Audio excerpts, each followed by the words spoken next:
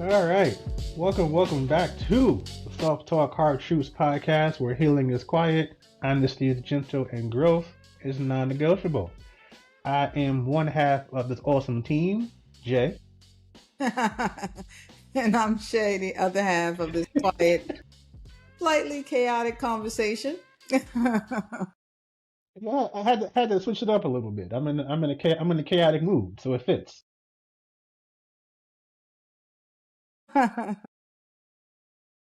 You know, straight, not really a weird thing, but something we can talk about offline.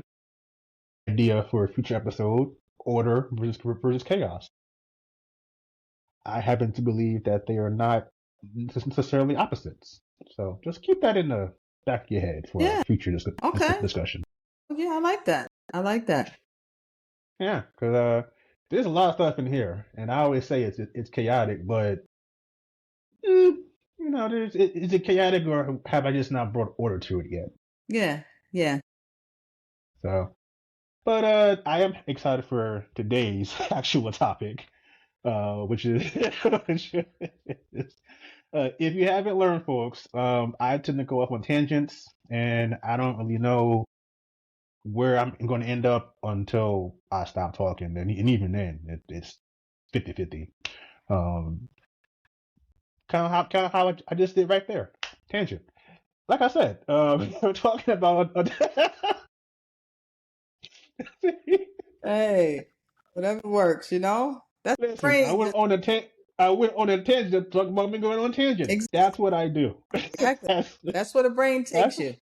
that's where the brain takes you. Real talk. But today we're talking about adulthood, which is its own form of tangent. Uh, working, burnout, leadership, and just why everybody's tired all the time. Yeah. Uh, it's a real thing, It Shay. is. It is. It's a very real thing. And I think the crazy part about it is that, it's so real that there's so many people that kind of don't realize that it's not natural, right? That it's not something that you have to do. It's just really has become the culture. And when you say like it's not natural, like what exactly is the unnatural part for the Because folks? I feel like there a lot of people equate like the feeling of them being burnt out to them being successful, to them doing well, right? To them being good at whatever it is that they do. So that's why I say I feel like, they feel like it's just a natural thing. It's like, yeah, I feel like people think this is how I'm supposed to feel. I'm supposed to be tired because I'm working, because I'm hustling, because I'm doing me, because I'm doing what I'm supposed to be doing. And also because a lot of times, maybe you are successful in whatever it is that you're doing, right? Maybe you are doing well, but it doesn't mean you have to be burnt out. Yeah, I totally agree. It's yeah, just I'm not gonna even repeat what you said because it's like being burnt out is like what you're supposed to do, and it just always felt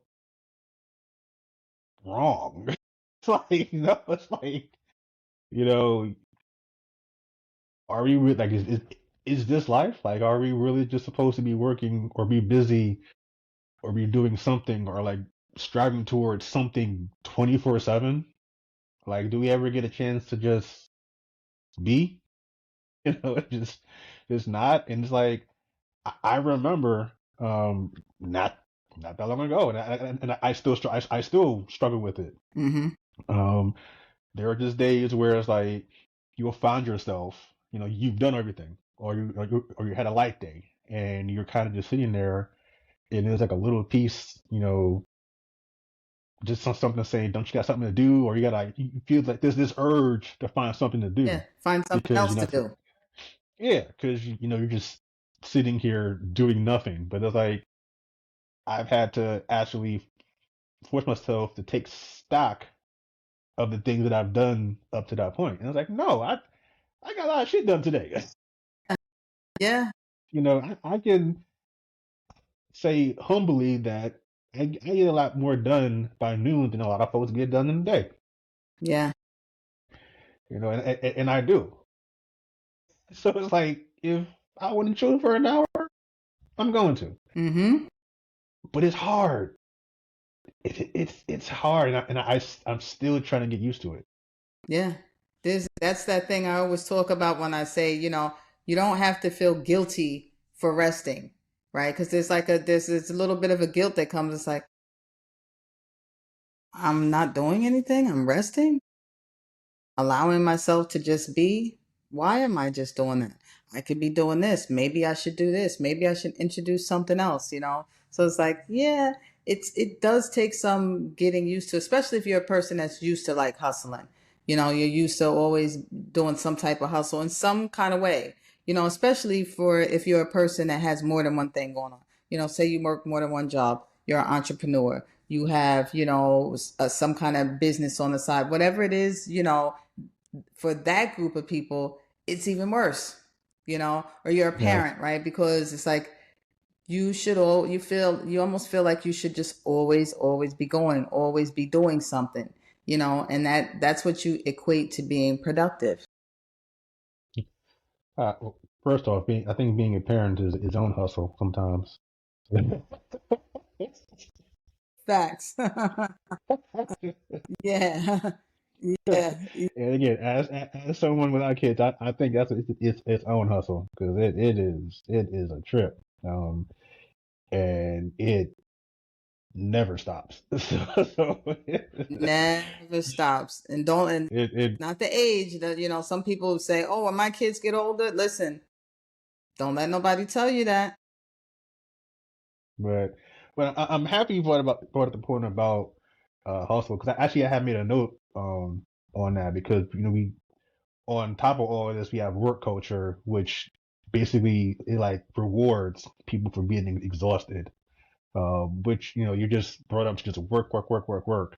And I do feel at least in part that it's generational because we are the further back you go, I think there's more of a like connecting or attaching like some sense of self worth to not only what you do but how hard and how long you work.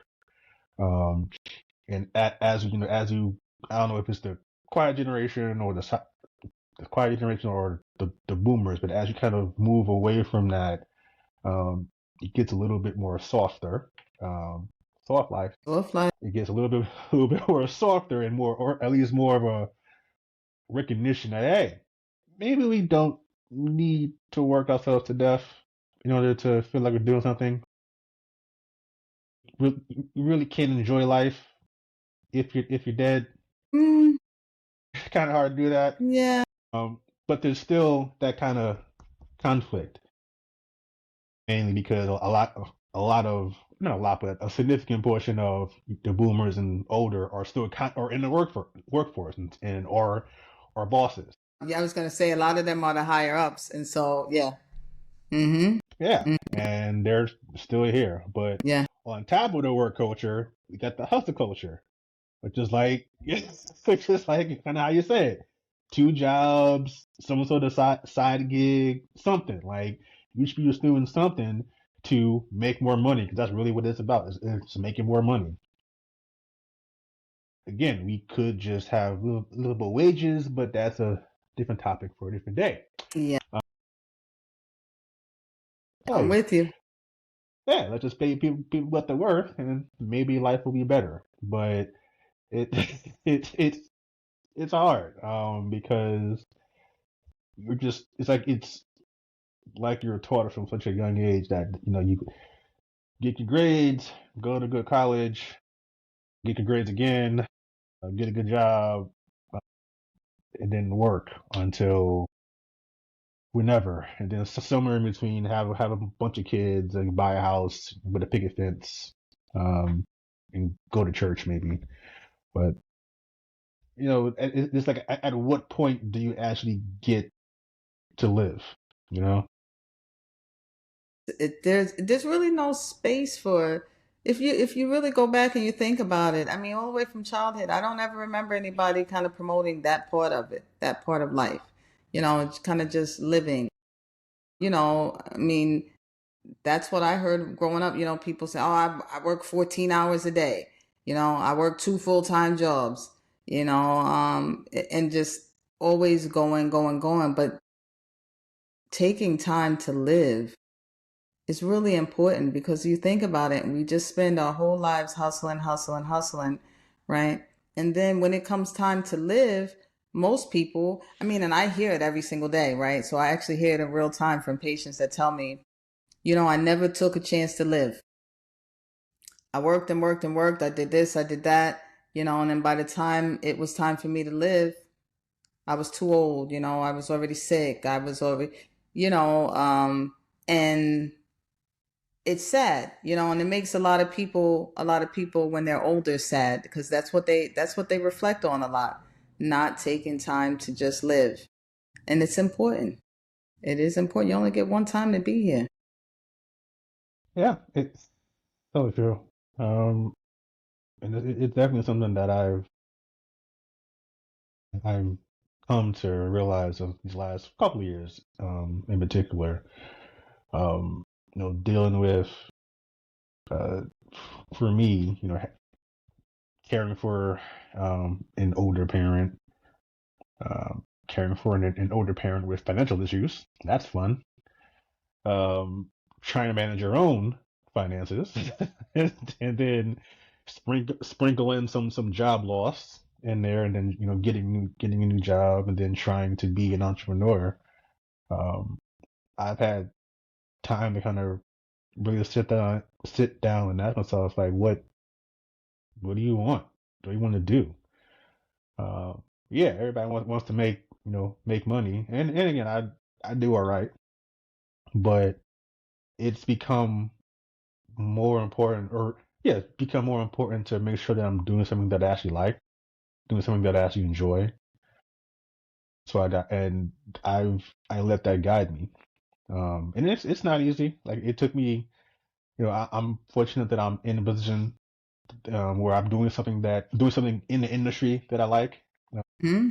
which where I started my career. Like, so I'm back in the industry that I like. I'm doing what I like. Not where I want to be yet, but I'm on that path now, or I'm back on that path. And then, I am an entrepreneur, and I'm creative. Like, I spent the last few years tapping into my creativity, and like, I don't know if 5 years ago, 10 years ago, I would be doing that. Um, like, it's really a conscious decision. It's an active process to to do these things, and Yeah. I think that's something that a lot of people don't realize. Like, it's an active thing. Like, you have to actually do this with the same intentionality that you go to work Yes. with, and that you study with. Yeah. You know? Yes. Yes, you do. And when you're doing all of those things, it can be very tough to come up with a balance, but it's important to get that balance, because especially when you are an entrepreneur, right? Because there's no time, right? There's no clock in, clock out, right? There's no schedule like how your job is, right? So it's just you with you.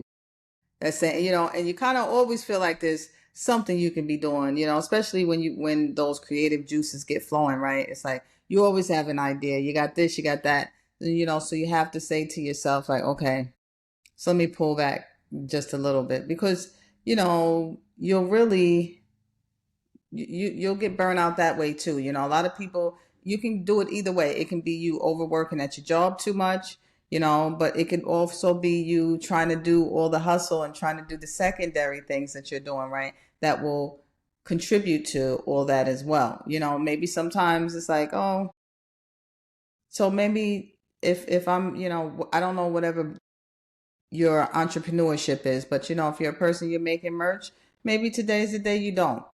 you know Maybe you actually are disciplined enough to say, even though I have about 10 ideas in my head, I'm going to write them down, and I'm going to relax and recharge. Because when you recharge and you come back, you're so much better, and it helps you maintain that fire. I feel like when I always when I feel like I'm always having to do something, then it becomes more of a chore, right? And it's not so much of something that I'm doing because I'm loving to do it. I'm doing it because I feel like I have to, right? And so there's like a fine line in between those two things I've found, as I've ventured off into entrepreneurship. Because, I come from my everyday career is very demanding. And you just get burnt out just from that alone. And like I told you before, I mean, I'm 20 years in healthcare. I've been doing this for a long time, so it's like it's very easy to be burnt out just on my everyday job, and taking on, even though you try not to, you still take on some of the things. I mean, when you're dealing with people and you get to know people and they have their hardships and they become sick and they die and things like that, it's hard not to take on some of those things, which also contributes to you feeling burnt out. Because it's like, how much longer do I want to do that? How much longer do I want to take those things on? Or how much longer can I take those things on? So, this is, for me, it's just been really trying to learn that line. I think I've done very well at doing it in my everyday career now because I've been doing it for so long. So, I had to learn pretty early on what to take in and what not to take in. But as I ventured off into entrepreneurship, that's something that I'm still kind of navigating so that I don't get myself burnt out over on that side. All right. So if you had, when you realize that you're kind of at your limit and you need to like take a shade day, let's call it that. Mm-hmm. By the way, trademark that. Yeah, I think it'll come sure, in for handy. sure. Shade day. Uh,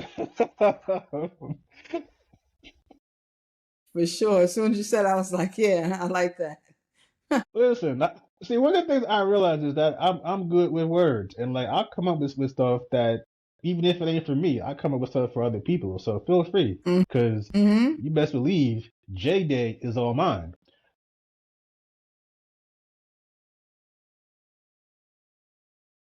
Well, but and again, I don't, I try not to gatekeep certain things, because people don't gatekeep with me. So, as I come up with things, Go out free game. there, right? Um, Yeah.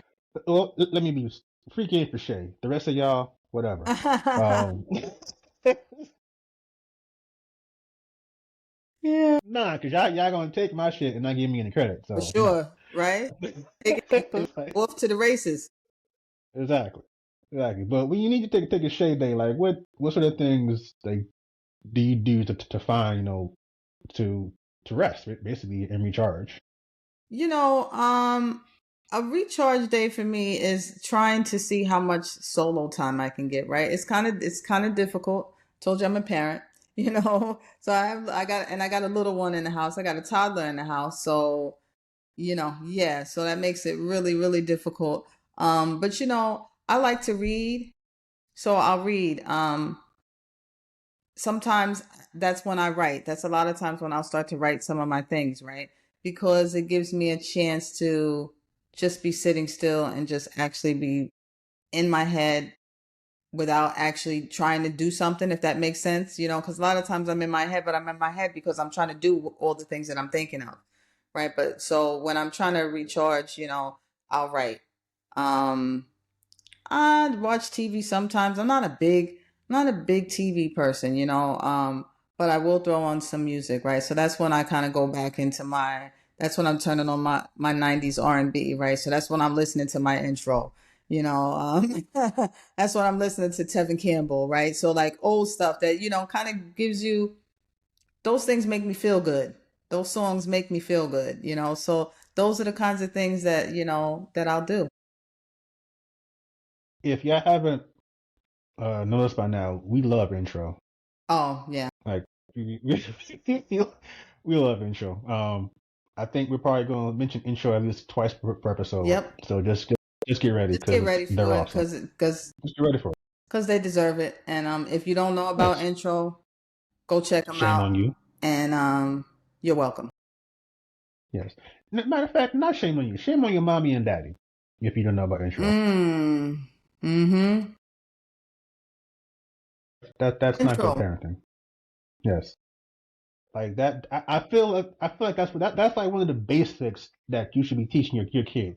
Reading, writing, arithmetic, intro. Yeah, you should. You should.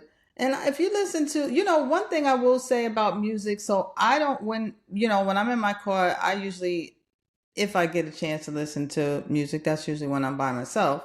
Um, but, I listen to Sirius XM.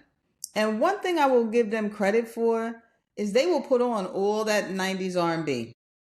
Now, I don't know about the regular radio because I haven't listened to it in years, but I'll give them credit. You're gonna hear some of that music on there for sure. Don't they got a channel for that? They got they definitely have they have a channel that's dedicated, but I feel like even there's a couple of them because there's one of them if you listen long enough, you might have to turn from it, and go elsewhere. But if you come back, you'll hear some of that stuff in between. But they definitely have a dedicated channel for sure.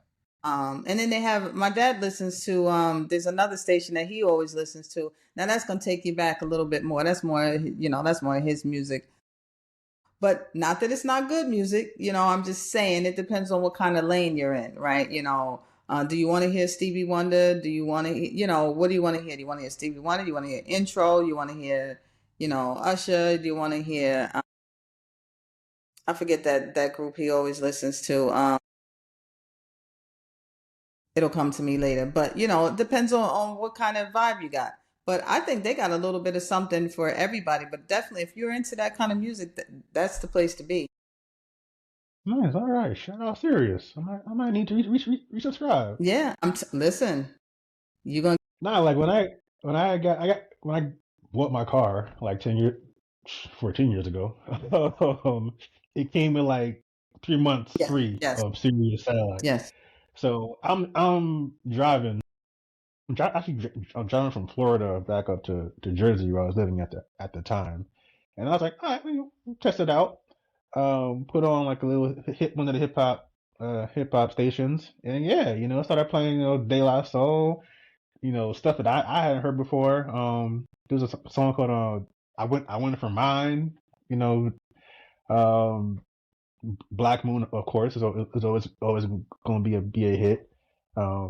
But like the thing I really like about not just 90s R&B but 90s hip hop, I'm a big fan of samples, Yeah, yeah, and I know I feel like when it comes to samples, people either well, I think people of a certain age, I guess, have a certain feeling about samples. If they say you're stealing music, and I'm like, they got to pay for that. Trust me, they're not stealing anything. If they want to make money off it, they got to get clearance. yeah, yeah. They're paying for. That's how it works. Vanilla Ice can tell you all about that.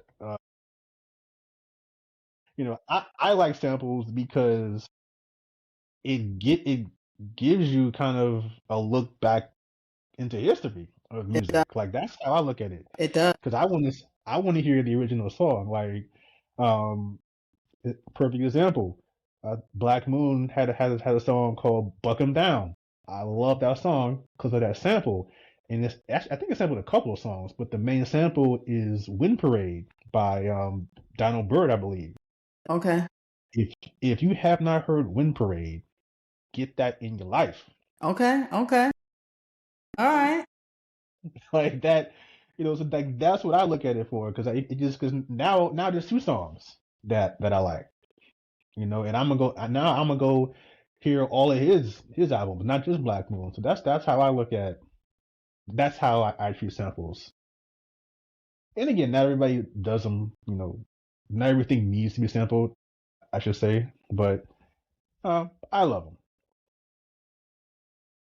As far as what I do on my day off, or days off when I try to get a day off, is I definitely try to unplug, but it's hard, like you said.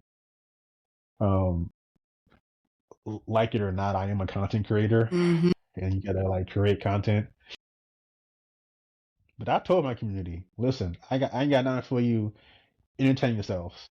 I've actually posted that because I needed to tell you I ain't got it today, and I'll go and I'll read. I've gotten back into comics and graphic novels. Oh, nice.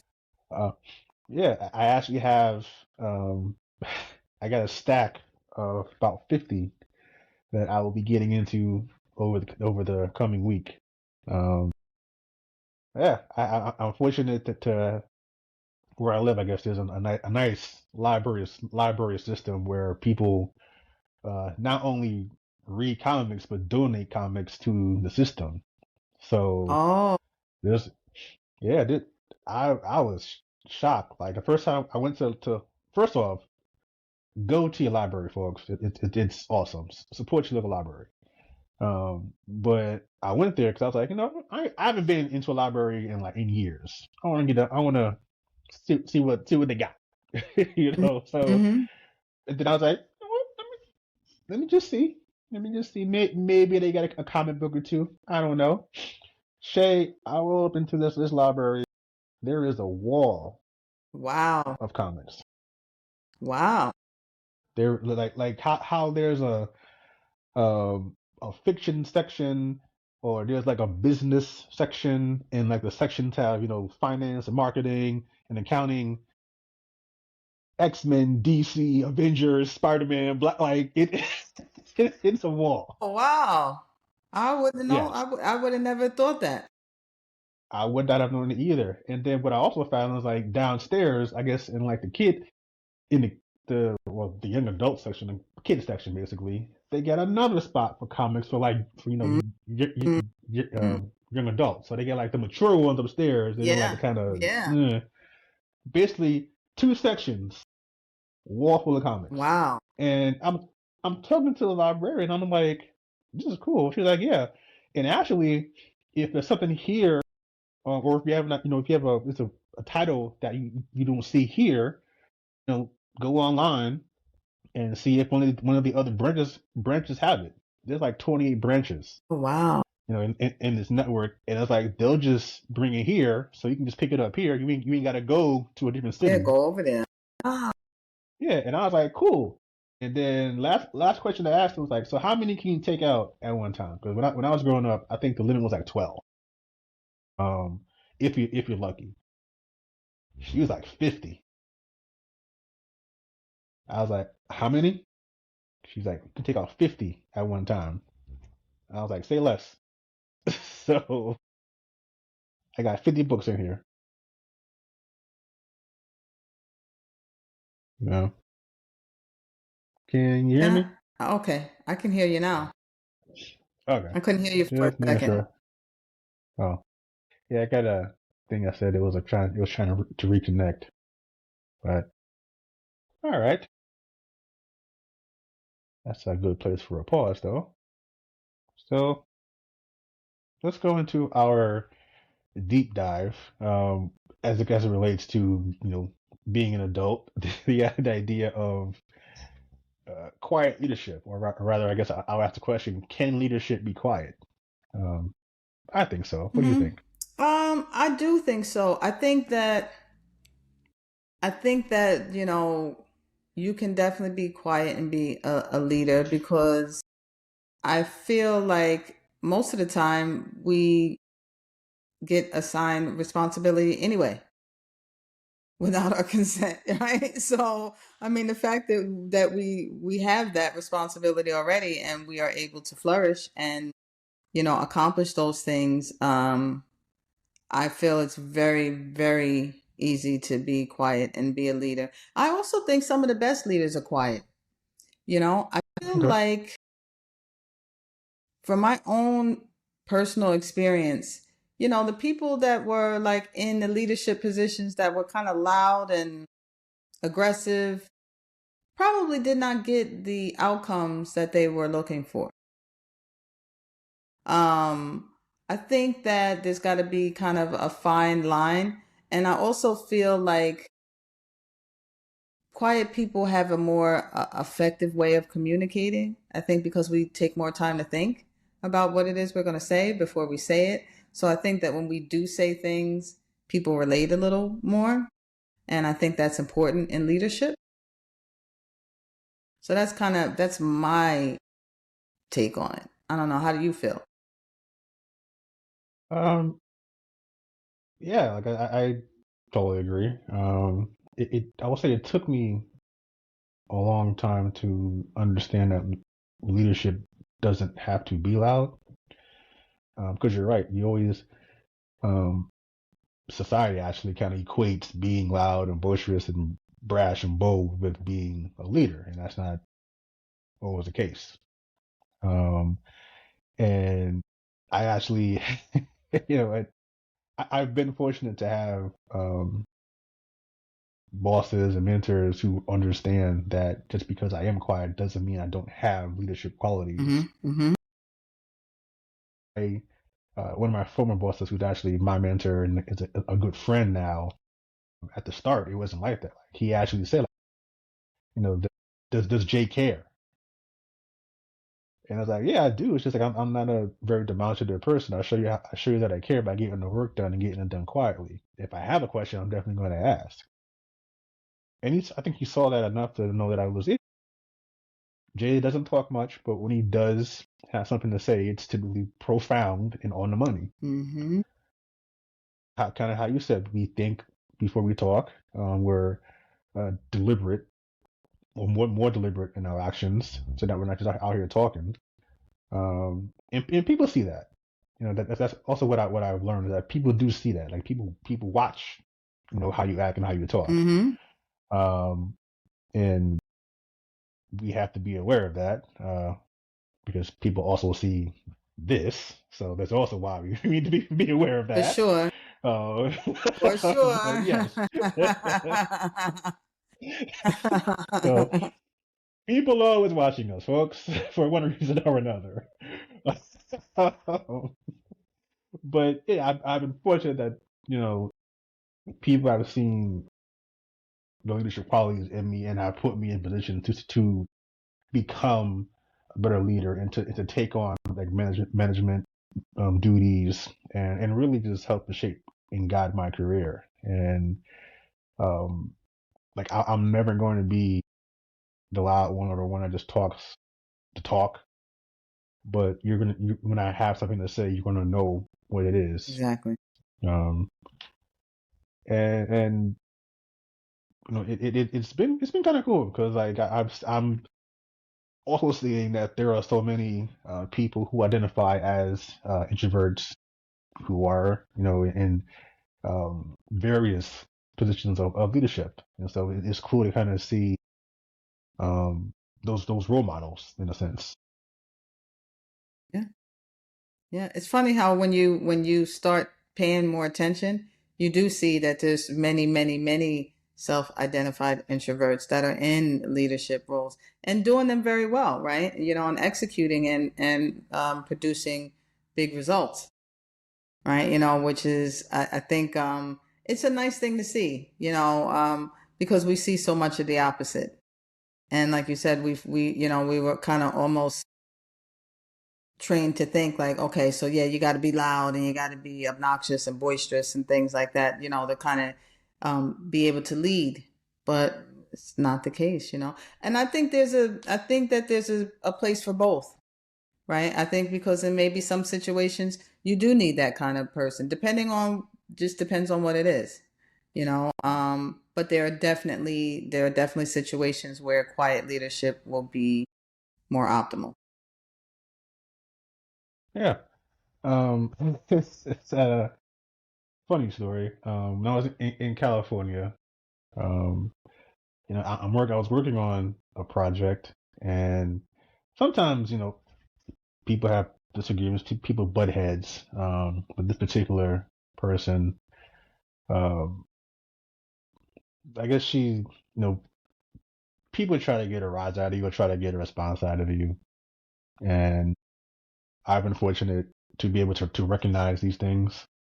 Um, so I just watch, and I just respond professionally if I respond at all. What I found out is that people get pissed off because you don't get pissed off, which is hilarious. That is hilarious to me. Um, but you know, we were going back and forth, over something, and she was she talked for like 7 minutes straight, trying to explain something to me, like why she should be allowed to do whatever it is she wanted to do. And I listened. I didn't interrupt. Um, and at the end of all of this, I essentially told her no, and I explained why.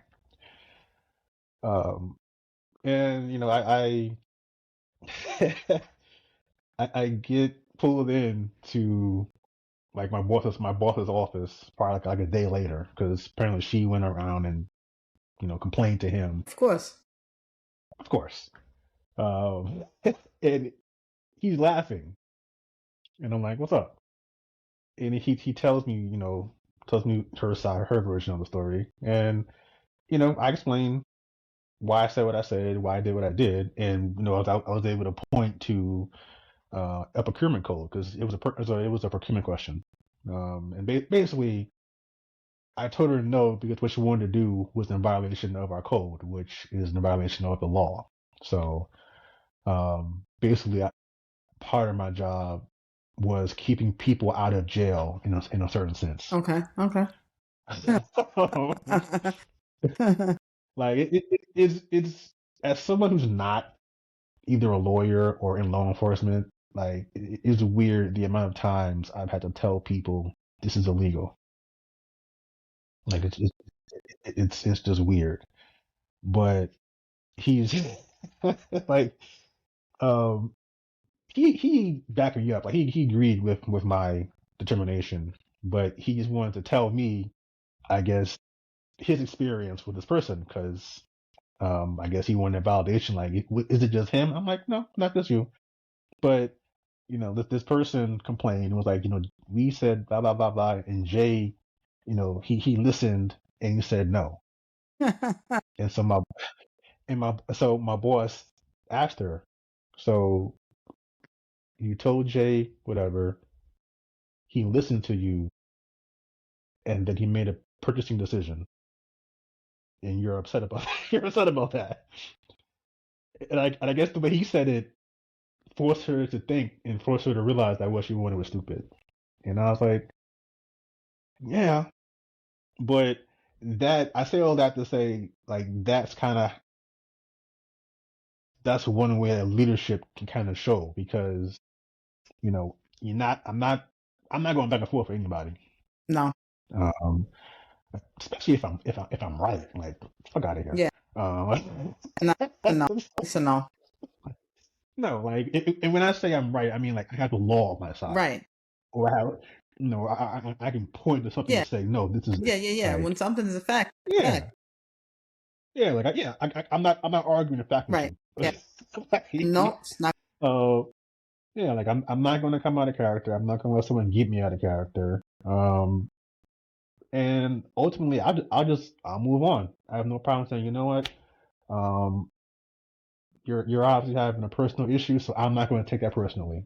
I love saying that. Mm, that's. Piss Oh people off. yeah. So, Oh yeah. Yeah. I can just imagine. but that's what I did. And like again, that's for the quiet folks. Like you don't have to be boisterous and loud. You can just stay within yourself, be professional, stick to the facts, or stick to your code or whatever, and get the job done. Like you don't always have to hit somebody over the head with a hammer. You know, I've also learned that one, you don't always have to win in that moment. Um, Two, sometimes there's nothing to win. like so, like some people are just assholes, Yeah. and okay with you have to be okay with being right. Like that. Sometimes that just has to be enough for you. Yeah. Yep. Um, and again, these are they're small things, but they all add up to this leadership to being part of leadership because those are the quiet parts of leadership. Yes, it is. Like it's not all just getting in front of people and speaking or being recognized for doing a good job. Right. It's those moments where the spotlight isn't on you, or it's just those one on ones, or how people talk about you when you're not in the room.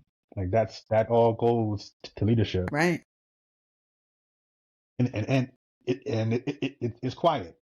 It's not loud. It's not loud Yeah, all the it time. is not loud all the time. Everything doesn't need a response, and you don't always have to match someone else's energy, regardless of what it is. Like there's times. I mean, I think those are important leadership qualities. Knowing when to discern where you need to put your energy.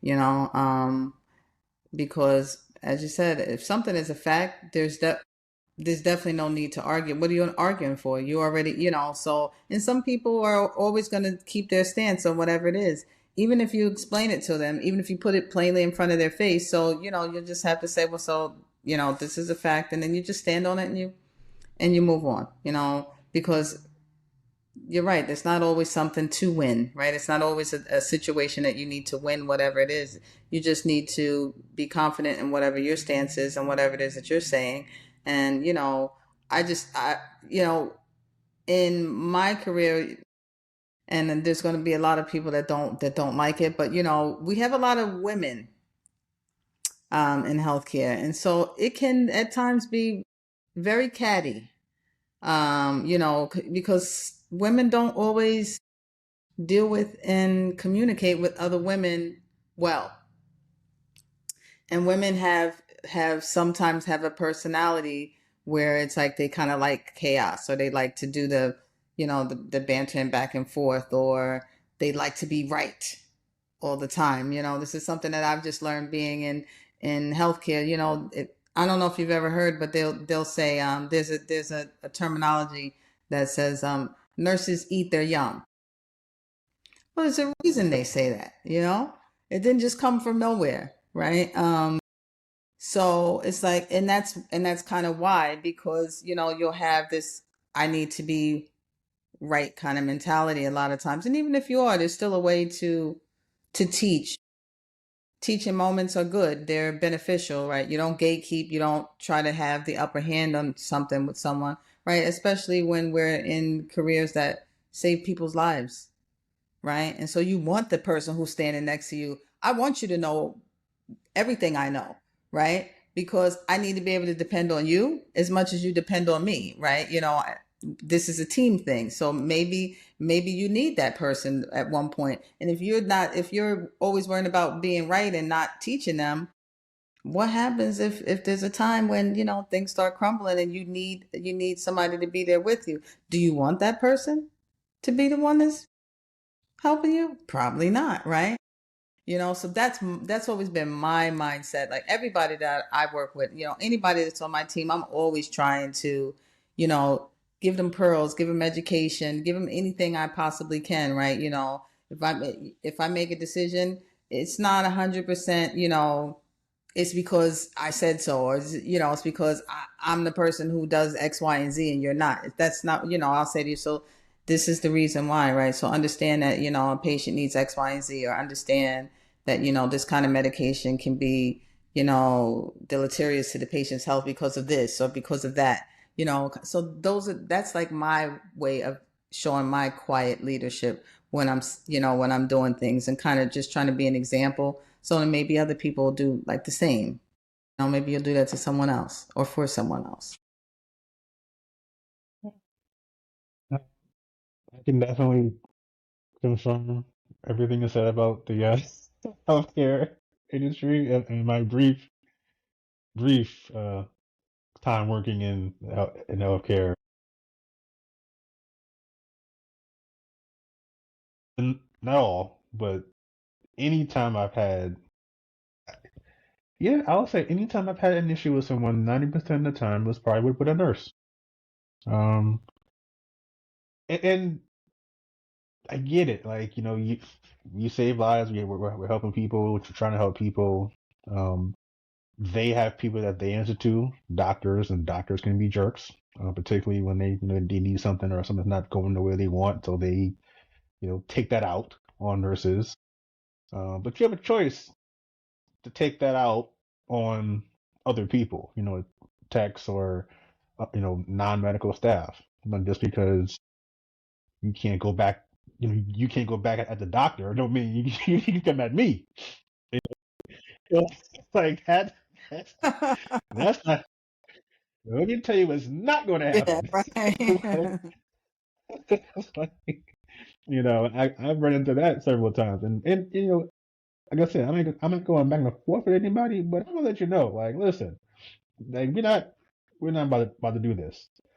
Um, and it's like, if it's not that, in my experience, they like want you to like be running around with your hair on fire because they're running around with the hair on fire, and I'm like, no, you just have two idiots running around,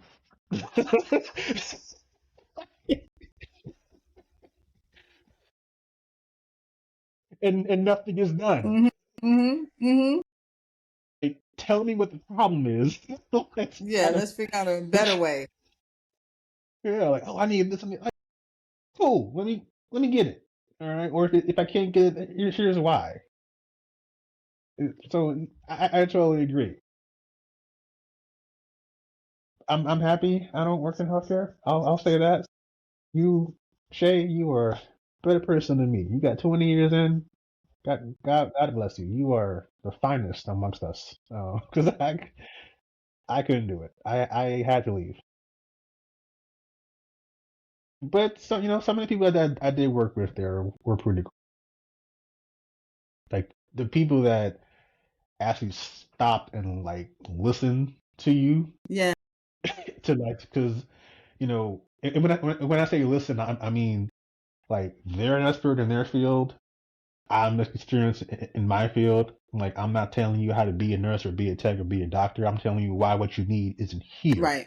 and what I'm doing to get it to you.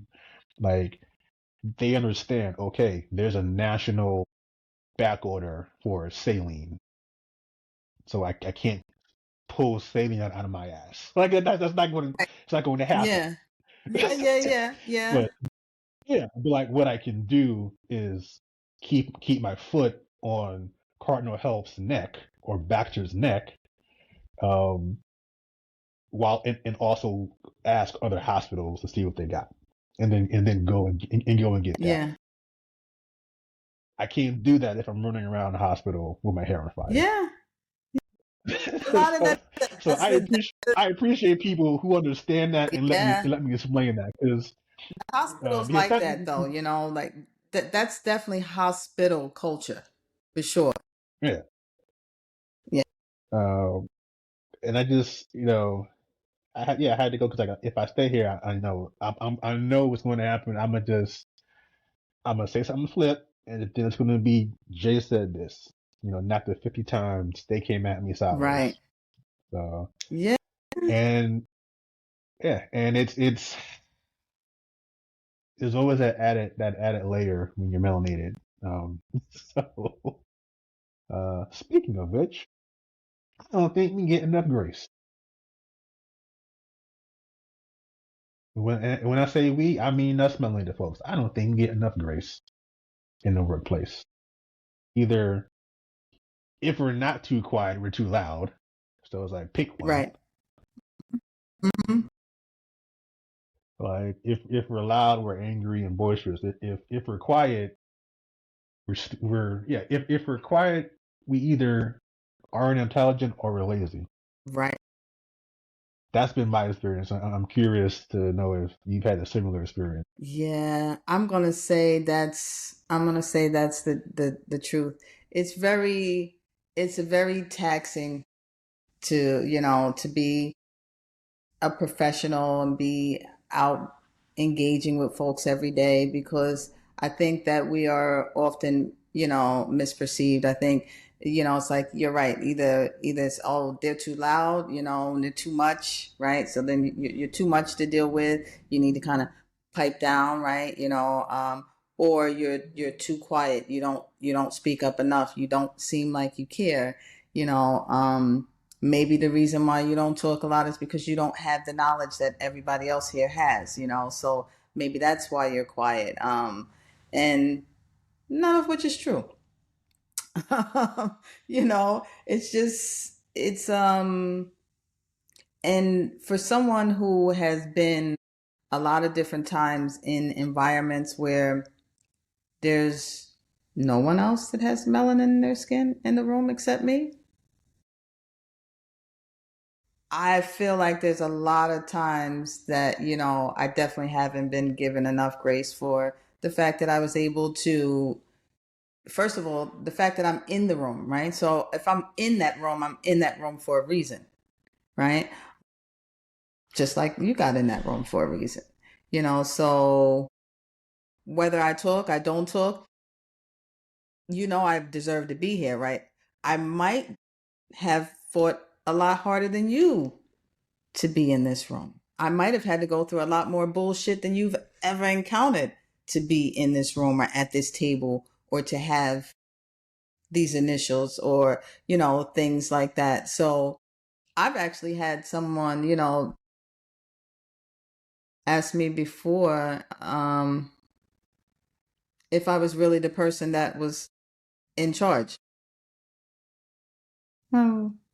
So, now, of course, I can't say it in the professional setting, but I'm sure you should be able to imagine the first thing comes to my mind is, what the fuck does that mean?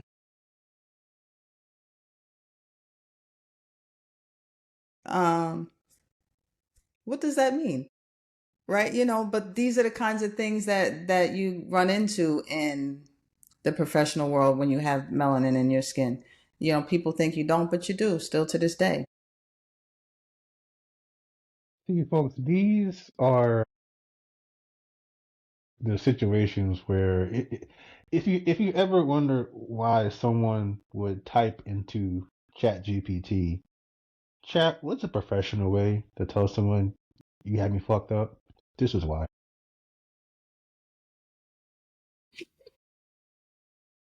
This is why. Mhm. This, Because you're right. Yeah, it's like I've had similar experience. I've had more than one occasion someone try to go behind my back to I guess their boss, trying to get me taken off a project or taking me off as the manager of the project. And they say it's because they give a reason, but you know why. And I'm unfortunate, or not even fortunate. My work has shown through. Like the person that they're asking, first of all, I talked to first and told them that this person was going to come to them. mm, Um, so, so when you know the nature of a person, you know what they're capable of. Um, that's some free game for yep, y'all. yep, So you see a movie enough times, you know what's going to happen. So I'll say, hey, hey, yeah, here's the yeah, this is the situation. Here's what they want. Here's what I said. Here's why. She's going to come to you and complain, just so you know. Um, and it happens. And on more than one occasion, that person said, no, Jay's in charge. Do what he says. In so many mm-hmm, words. mm-hmm. Because that person knows that I know my shit. And I'm not, and also, like I said, if I'm in the room, I'm in the room for a reason. And if this thing goes bad, you're not the one that have to answer the question. I am, Correct, and the people that I have to answer to are a lot higher than this person that you think is going to take me off the case. correct, correct. And he was like, "No, it's Jay's in charge. Go away." Um, but yeah, if I was a white man, would that happen? Probably not. Or would it take longer for that to happen? It might. But that's that. Unfortunately, that's the game that we have to play. And what does bother me sometimes is that I can recognize that as a black man. I think a lot of times we don't recognize that for the sisters, it, one, it happens, but two, there's an extra layer of there's an added layer because they're black and so they're getting it from both sides. And God help you if you're not straight, Oh my. and you're open about that, I should say. Mm-hmm. that's now you got three strikes. Yeah. Oh yeah. It's Oh yeah. like Yeah. you gone, homie. Yeah. Nah. Yes. Out of here. You out it. Yeah. You out, homie. Yeah. Yes. like, like, like it's hard enough dealing with two of those. We got three. Yeah. You Ah, don't. You're third. now Yeah. let me get Becky. Can we get Becky in Yeah. here? We need a sub. Where's Tom? So it's like, where's Tom? Like he's gay, but he's a man. He's Yeah. white. Yeah. Yeah. It's like, I can't deal with all three of this shit. Yeah. But yeah, you again, I pride myself, I guess, on trying to see or be aware of the experiences that other people have. Some of them are shared, a lot of them aren't. And again, I don't want people denying my experience, so how can I deny somebody Right. else's? I think that's something, and that's even I don't think you do it on purpose, but it happens, and you have to be aware that it happens. You have to acknowledge that it happens and do it better. Yeah. That's why I try to do it. So yeah, I've where I can, I try to like help out and just say, if they don't recognize it, typically, they do. I'm like, yo, she said it because of X, Y, Z, right? Um, and it sucks because you don't want to, as much as you're prepared and trained and it's driven to you, you still don't want to believe it, You don't. but it, but it happens. Um, and I was like, yeah, I had a friend, I had to tell her on more than one occasion because like there was she's busting her ass, 10, 12 hours a day. And her colleague essentially is like just skating through his job, and he had the same position. And I'm like, why do you think that is? Or he screws up in a major way, and he's actually like rewarded. And it's like, yo, you just need to say something. Like you don't have to be an ass, but you need to point out, hey, this is happening because ain't no way in hell. Like I told her, we don't get to fail up. Like we Right. don't. we, We do we, not. we do we do not. Okay, you just saw this man fail Yeah. up. Like he screwed this thing up Yeah. and he got rewarded. Yeah. Yeah. It don't happen to me. It damn sure ain't gonna happen to you. Mm. And that's not me being mean. That's just a fact. It's like you've been at the job. Talking to her. You've been here 5 years. He's been here a year and a half, and he has just as much on your plate as you do. He's in a better, but he's in those rooms and you're not, Right. and he's a screw up, and you have documented the screw Yeah. up, and other people have documented the screw up. Yeah. True though. Like, well, I don't want to like, you ain't got to be loud, but you got to say something You do. You have to speak. or leave or leave. Yeah. Yeah. Yeah. You're gonna have to do one or the other. If you don't want to speak up, then you need to go elsewhere. Yeah. I forced him, but I was like, let's play this out. He's the type person that will continue to fail up and get to a point where he can now affect your job. And by affect, I mean terminate your job. And that's if he realizes that he can't use you the way he wants to, the way he wants to Correct. use you. Correct. Correct. Mm-hmm. And it sucks and it hurts, but it is what it is. Yeah. Um, so yeah, like unfortunately, black women don't get a lot of the grace that they deserve. So I'm firstly, I'm always happy when I see sisters in position of power and influence. It does my heart good. Yeah. I have to. I like that too. I always like to see my sisters out here, you know, doing their thing and showing that we're just as competent as everyone else. So and being someone that's taking a road, um, I know how difficult it can be to get there. Sometimes we don't we don't tell our stories enough on the how many bumps along the way that we had to go through to get to those places and then to those positions, because there's a lot of things that you go through for sure. And even once you're there, I think it still continues. I think there's always, like, you're always monitoring how you're perceived and how your work is perceived, and I don't think it stops. You know. Yeah, I'm glad you said that because it's that's kind of like the other side of that. Is like, if you're not perceived, you're either not perceived as competent or intelligent, or you are perceived as competent, intelligent, and excellent at your job, and that kind of becomes um, punishment, for lack of a better word. It's like, we know you're good at this, so we're going to keep you here doing this. Uh, when they say hard work is its own reward, this is what they're talking about, in my opinion. This is like, oh, you good at your job? Okay, cool. Here's more of it. By the way, we're not going to pay you more.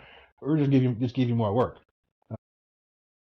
Uh, and a lot of times you don't even see it happen. Like, it that's just the sucky part about it, is like, you don't always see it happen. You just wake up one day and you're working 13 hours with the same position title, same pay, and like, you're burnt Yeah. out. Um, and the people above you are like, seem to go home at 2 o'clock in the afternoon Right. every day. Right. It's like, Yep. Yep. Because you know what? Because it's like, when you're competent, what starts to happen is people stop asking and they just start assuming. mm, So don't ask you if you can handle something, or if you can do something, or if you're okay with something being added. They just assume, no, they got it. You can do it, she can do it, he can do it. So it's like, that's where your quiet leadership doesn't get applause like some other people might, right? You just get more hmm responsibility. yeah, and it sucks, and it's something that I had to learn how to navigate. Like, because I'm a type, like, I want to help. I'm all about team at work. It's just, I get that. I got that from playing football. You just, everybody is part of the team. One The team cannot function to succeed without everyone doing their part, and no one person is bigger than a team. All that jazz. Mm-hmm. You know, you're supposed to not just know what you're supposed to do. You should know what the man next to you is supposed to do, what he's supposed to do. Because you may have to fill in one day. Mm-hmm. Mm-hmm. So that's just how I I always took that lesson into the work environment. So yeah, I'll say yes, because I also look at it as opportunity to learn. But what I had to learn was, one, sometimes you gotta say You no, do. um, and explain why. Um, or when you say yes, or when you ask for more work, because I have no problem asking. Say, hey, I have capacity. Is there something else that I could do? I've learned how to bundle that into, like, something higher level, but making it clear, like, I want this higher level. Like, I'm not just doing it for shits and gigs. Like, I'm doing it because I want Right. to learn. Right. Yeah. Yeah. Um, and it's hard. It can be hard because those are the kind of those things. At least for me, um, no one taught me how to do it that way. It's just work hard. Just work hard, and you get promoted. I was like, yeah, but you also gotta let the right people know, identify the right people, and let them know, hey, I'm interested in learning about this. Right. You know, why does this person do this? Why is this important? Asking those questions. Like, everybody wants to be promoted, but like, not everybody is looking out for the team, I guess. This is very true. So like, there's that balance. Mm-hmm. Yeah. Yeah, I think some of the I think that, I think it took me a while to start to understand that I have to apply boundaries to work.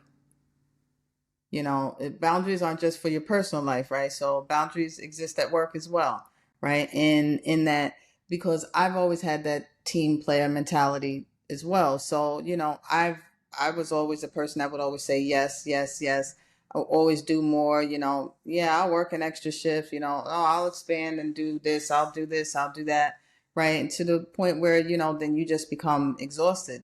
And so I started to learn that it's important to just sometimes say no, right? And so sometimes I say no and I don't give an explanation, right? I mean, it's pretty clear. It depends on what you're asking me, right? So if you're asking me certain things and I say no, I don't, it's a complete sentence.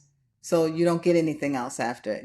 Then there's other times when I'm saying no and I will tell you why, right? So that you understand that you are crossing some boundaries that I have, right? And they're healthy boundaries, right? So I want you to understand that you're trying to spread me too thin, right? That you're asking me to do something that's going to result in me feeling burnt out or me feeling, overworked or so it depends, but it took me a long time to get there. Because I used to not do that at all. Yeah, it's hard. Like we throw around the word boundaries, but it's hard. Like to rec- to est- recognize your boundaries, establish boundaries, and then enforce them. Because people try you. Like people always want to see what they can get away with. And you don't want to be seen as a person that's like a jerk or hard or difficult. Especially in the workplace or like anywhere where there's people that can kind of affect your future um, in a negative way. But you're right, like can't say yes to everything because people will expect you to say yes Yes. to everything, Yes. and then get upset if you if you don't say Mm-hmm. yes to everything. Um, quick, I guess, story before we wrap up this segment. Um, because as we're having this conversation, I kept thinking of Soul Food. Remember the movie Soul Yes. Food? That's the TV show. I never watched the TV Me show, neither. but The the movie, movie. huh? Uh, and I'm thinking specifically of Terry. Like, looking back on it now, I think Terry got a bad rap, and I think Terry was one of those women, black women, that deserved a lot more grace than she got. She's the one that is she's the responsible one. She's the oldest sibling. Part of it is because she's the oldest sibling, but even if she had no siblings, as a black woman, she's the competent one. She's the hard worker, one always taking care of everybody else to the detriment of herself Mm-hmm. and her relationship. She's the one that took care of all the really all the big decisions as it related to like, the house and keeping the family together. Because like Bird was just chaotic. I think Maxine. I think it was Maxine, but she's looked at as the softer Yeah. one. Yeah. Um, and again, we talk about soft life, but sometimes the reason you're able to have a soft life is because someone else is taking over all the hardship. Yeah. Like Oh, that yeah. that doesn't get talked Yes. Yes. that Yes. doesn't get talked about nearly enough. It's Yeah. like Yeah. yes, you Yeah. have a Yeah. lot of Yeah. comfort because Oh, like any older sibling, I'm pretty sure is like free. wait a minute. Just say that one more time. One more time. So, sometimes you're able to have a soft life because there's someone else taking care of the Woo. hardships. Yes. Now that hits. Okay, if you wondered, well, what hardship? That's what I'm talking about. You don't even That's realize it. right. That's All the decisions that you didn't have to make, all the conversations that you didn't have to have, all the money you didn't have to spend, things that you didn't even know about. You just see food on your table. You just see all the bills being paid, the house being paid for. You're just able to just go and live your life. Yeah. Um, for the most part, anything you want, you're able to either have or get easily. You don't really understand that there's a process behind, or whether someone had to not have something for you to have Yes. this, like that part. Yes. Uh, All right now. so someone had. I'll say it again. Someone had to not have That something for you for to you have to this. have it. Yes. Yes. All right. Someone had to stay home so you can go somewhere. Mm-hmm. Mm-hmm. A lot of folks don't realize that. So I think about Terry a lot and everything that she had to go through. And everybody looked to her. Like when things got tough, people look at Terry. But she was always looked at as the villain when people didn't get their way. Mm-hmm. And it can't, and she, it built up, and it got to a head where, I can think they were trying to like sell the house, or Terry wanted to sell the Yes. house, and it was like, nah, keep it in the family, and Terry was like, not the family, because what did the family do?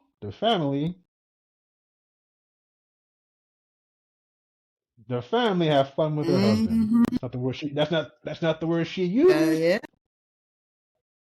Okay, that's what happened. So I just think Terry deserved way more credit, way more grace than she got, and I just kind of look at that as kind of a parallel to you know being burnt out, being good at your job, being good at whatever, Being the being the responsible one one. that's yeah, exactly. Mm-hmm. Um, and just kind of how much of a toll that takes on you. Yeah, it does. It does. That's what I mean. Nobody checks if you want to carry it. They just hand it to you. Yeah. So give yourself some credit. Give yourself some grace. Yeah. Yeah. Um, and keep your husband away from certain people in your family. That that I know is that's right. And everybody knows who that somebody is. yes. Sometimes you don't need to have faith. No. Sometimes some sometimes having faith can be a Too much bad thing. faith is not always Um, a good thing. too much faith is not always a good thing. Yeah. I love these pop culture references. Right? It's always fun. It makes it. it's, Mm-hmm. it's fun because there's always a part of me that's like someone doesn't has no idea what I'm talking about. Look it up. Exactly. Yep. If you don't know, just go look it up. Look it up. By the way, you're welcome. Yes. Yeah.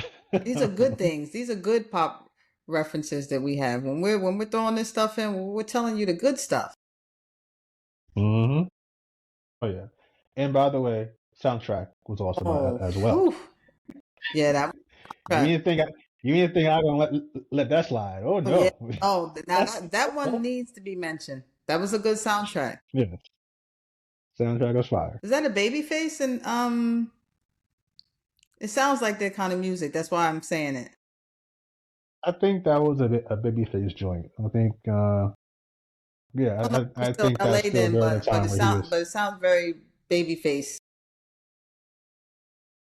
Yeah, I think he did a lot of work. I think that one, probably, I think Boomerang as Oh, well. definitely. I think that was a babyface joint. Definitely. But yeah, I like that's something else I didn't realize. Like, yeah, they might be on a song or two, but like the entire soundtrack, like they produced the soundtrack. Yeah. Like that, I was like, oh, this is why the song sounds the way it sounds, Huh. because that's how he produced it. Yeah. So, again, I'm not a student, I guess, of music, but just being like understanding that those things just is so Yeah, cool. once you know, and that's why because that's why I'm like I'm not sure. I don't remember anybody saying it, but I'm just thinking of as we're thinking about the music, and I'm thinking about the sounds of the music. I'm like, yeah, I'm feeling like that's like a baby face joint. I think so. Yeah. Yeah, I think he's out. I like this stuff better when he was married. I'll say that. Yeah. I don't like I don't like single baby. I don't like single baby face. When did we get the music single baby face though? I forget when him and Tracy, I guess, is ex-wife. I forget when they broke up, but like he started doing like songs, and it wasn't hitting.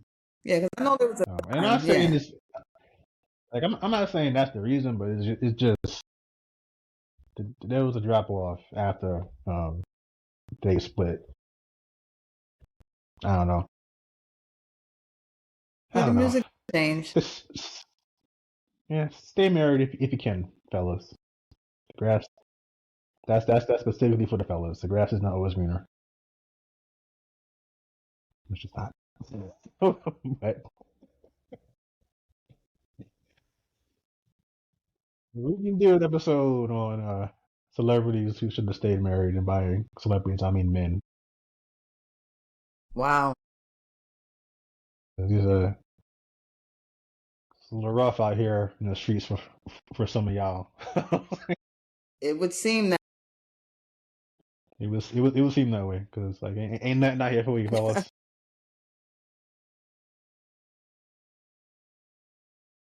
I get it. I'm saying that as someone who's like never been married, not married, but even I know ain't nothing out here for you.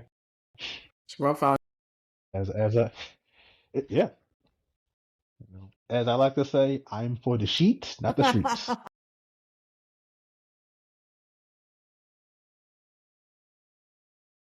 Pretty funny. That's pretty funny. Yeah. And yes, that will be on a t-shirt coming to you soon.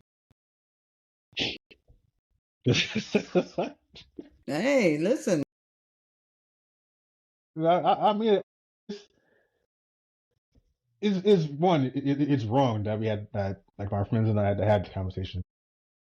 Like a lot of like friends from high school. They have a bunch of kids, or yeah, a bunch of kids with multiple partners. And I guess when you don't do that, it's like a surprise or a shock. And I was like, first of all, that's just Yeah, disrespectful. Um, it is. um, but yeah, it's like that's just not something that I was interested in. Um, like I get on my own nerves sometimes. I ain't trying to have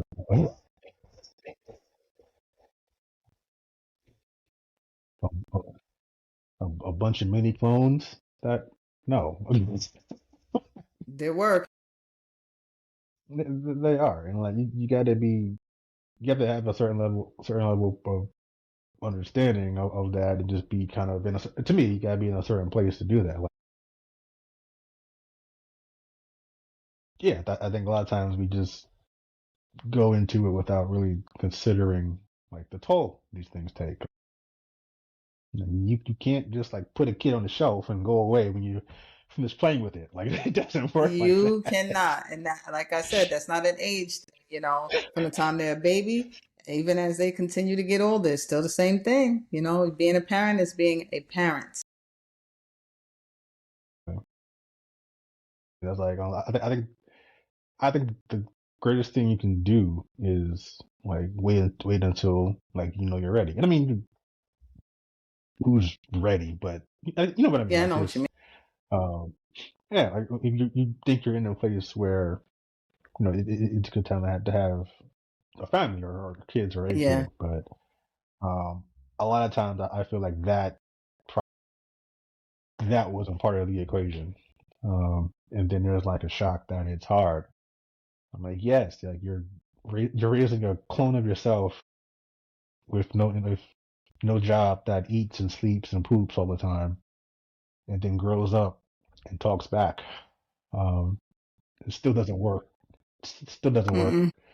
and just yeah, it needs more. Eats more, Um, needs more, stuff becomes more yes, expensive, wants things, expensive expensive things, things. and has all the attitude that you had when you were a kid, Correct. Correct. and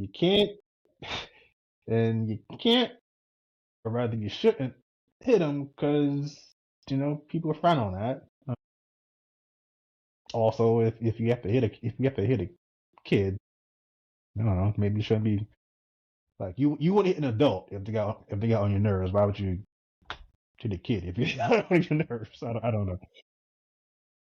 No, no, like and I know we're kind of on a different subject or whatever. Like there's like you just kind of that those two schools of thought. Yeah. Corporal punishment versus gentle parenting. I guess is the phrase. Parenting. Yeah, I mean, but it's just like it's you go online and you see like people are like fighting for their lives almost. It seems like to be able to hit kids. Um, it's just it's just the way they're in the comments just fighting for their life. To me, it's just something behind that. I don't know, but I don't know. I feel that you should be able to talk to someone. And again, understanding that kids can be difficult to deal with, particularly around that 11 to forever age. I don't know. I don't feel you need to like break your kid's arm because No. he didn't take the chicken out. No, no, no, no. I don't. I Yeah, definitely agree with that. As they get yeah, older, you should. Younger kids sometimes, you know, maybe they need a little pop, yeah. because they're I don't know. you're teaching them, right? These they don't know, and so, but once children get older, I mean, you really should be able to talk to them. Yeah, I, I I just I my agree. And son, then I just tell him stuff. We just have conversations. I mean, if he does something stupid, does something that's wild, we're just gonna talk about that. We're gonna talk about why it doesn't make sense, why you could have made a better choice, what better choices there are for you to make. Now, if I got to take something away, that's definitely going to happen, right? So if you ain't getting no, if I got to take the game away, I'm taking the game away. If I have to take a phone away, I have to take a privilege away, or you're not going to be going places. That's a little different, but yeah, no, he's too old for that kind of stuff, and I don't think that I feel like at his age it's probably not going to work. I mean, what is it really going to do besides, first of all, he's probably going to be like, yeah, okay. So that's not really about much. I'm gonna have to actually, my son's big, so I would have to be trying to fight him like somebody out in the street, right? So I'm not doing that. And number two, it's like I don't give me a chance to tell him like why it was why you don't do something like that, right? Because like I'm more of a common sense mhm. person. Son, sit down, man. We need to talk. Like you want to tell me what were you even thinking? Like I want to hear the thought process behind the action. So that's the kind of parent that I am. that that right there, that Yeah, right there is the killer. Like I rather like, hey, come here, Chief. Let's wrap a taste real yeah, quick, Chief. Walk me through yes. this. Explain your thought process. I hated that. I just whipped my ass. Like, Yeah, because you don't really want to, that, he don't really want to talk to me about, but we going because I feel like that's probably more of a, that's more torturous, right? Now I got to sit here and mhm. talk to her. Now I got to talk to her about this and that, and then I'm talking through the whole thing, the uncomfortable part about it and all. Yeah, I'm saying it all because I don't have a filter. So, I just say whatever. So it's like, if that's what you did or if that's what you said, I'm gonna say it too, or I'm gonna talk about it too. We're just gonna talk through it. Don't be embarrassed now, right? I don't feel some type of way now. You didn't feel that way when you did that dumb shit. So that's I'm just telling you, that's the type of parent I am for sure. My son could tell you 100%. Man, come here, man. Let me talk to you for a minute. Let me talk to you. That's probably what he don't want to Hey, hear, listen, more than anything else, that's probably like, oh my god. Just here's the belt. Can you please just let's like nah. I'm just telling It's also very the way you said it is very New York you. also. Like that's just like it's like come in now. Like, what you doing? Like, what you Oh, doing? Just you the way you good? said it, I can Yeah, my relate to son knows. it. Yeah, You my good? son knows in a minute. That's the first thing I said to him. Yo, you good, man? You good? Yep, yep. Listen, that's me, 100%, 100%. Yep. Like to me, like I just talking to different parents, seeing their different ways of their style. Like I feel like there's like a spectrum like that you can operate on. I think as most things are, they're on a spectrum. I think for some reason we love living on like the extremes, and it's like that's not where life happens. A lot of this stuff happens in in here. Like you're not like there's people that say, well, you always talk to your kid. I'm like, okay, listen, you're not going to beat the shit out of your kid for, like I said, forgetting to take the milk out. But if he sets the house on fire, we're probably not just having a Right. conversation. Right. Like, like if he puts my other kids in danger, we're not having a Facts. conversation.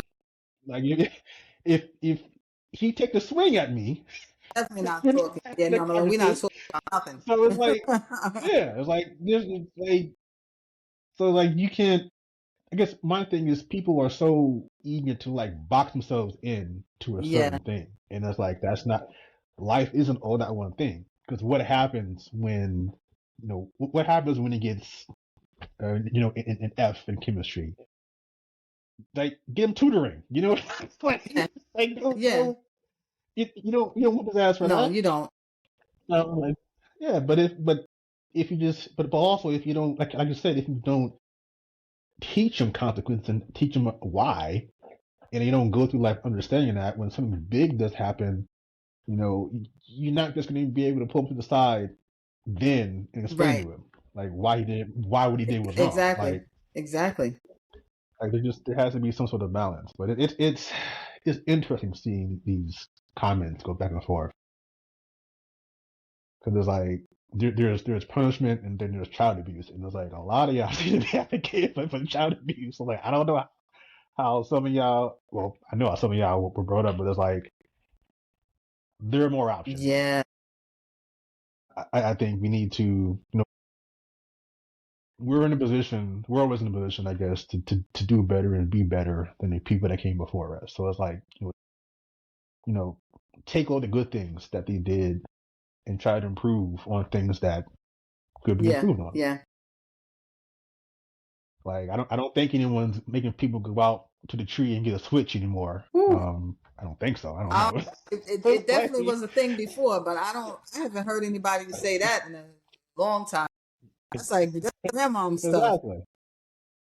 Yeah, like, because like it's not even the switch. Like that's just traumatic. Because like that Walk. walk apparently is traumatic. And yeah, and like you and don't come back with no twig. No.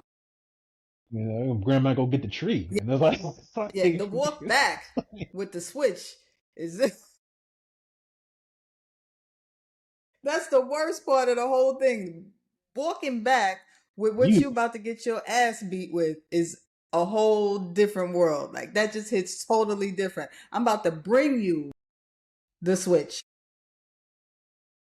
Yeah, yeah, yeah. panic attack. See, yeah. Some of you all will never understand that, but that's yeah. That was something. Okay, and no, it wasn't okay. Well, you learned your lesson when they see you crying like that. No, like you getting that. No, That's what no, it's like, no, no, no. no. All that crying during the walk, that's just Yeah, extra. no, Like you getting no. this, It counts for nothing. you get It counts for nothing. count for Yeah, nothing, nothing. yeah. And if you get the right one, they tell Empty you, shut calories. up all that crying. I'm just telling you. I don't want to hear all that crying. Before, before I give you something to cry Exactly. about. Exactly. Oh, you want to do all that crying? I'm about to give you something to cry about. Yeah. Mm-hmm. Mm-hmm. Meanwhile, your back like look like the back of a keyboard. You're talking about I'm gonna give you something to cry about.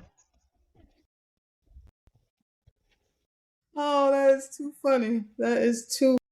Hey, look, there is no logic like parent logic. I will say that. Nope.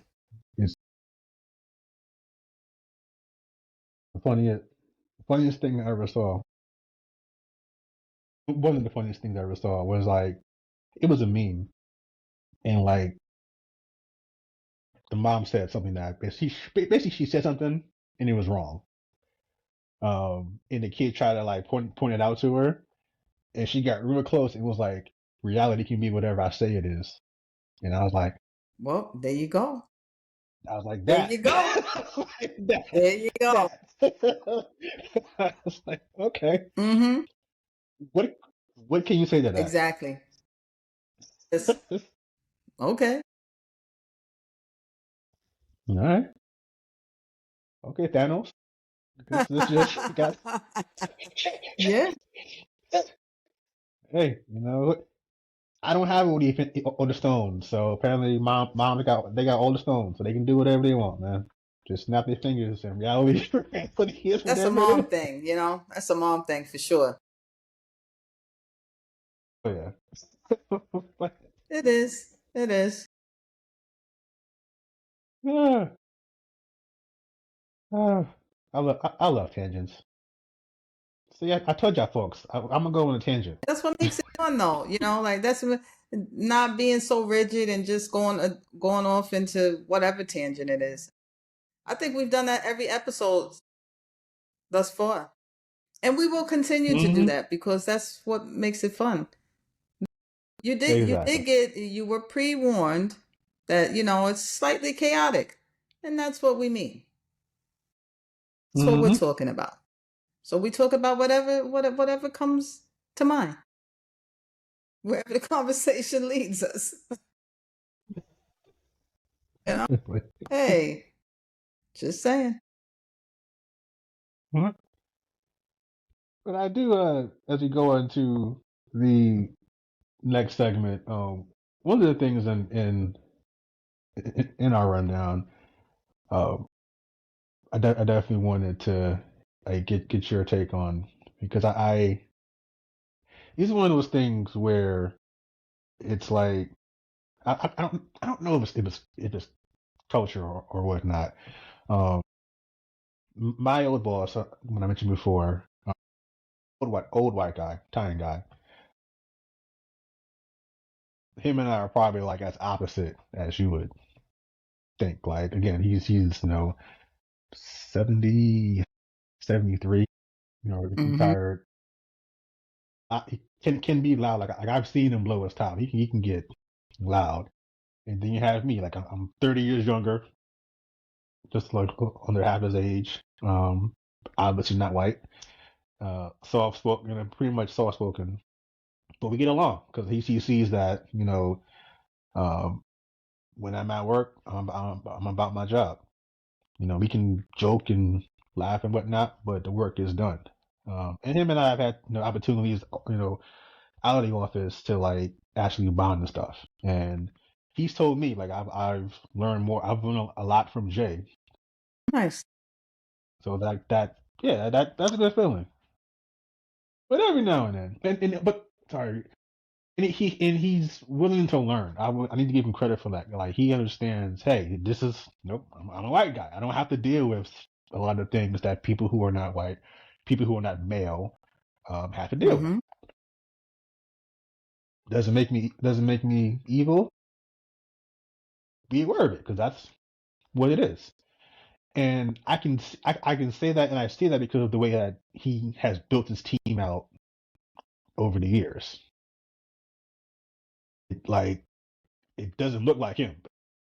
I don't think any at least in the 10 years that I worked for him, the team has like never looked majority like him, and that's to I think that's to Mm-hmm. his credit.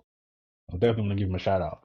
But every now and then, like we'll be talking about black athlete or someone, and he says something that it just it bugs me. And I know he doesn't. I know he doesn't mean it this way, but it bugs me.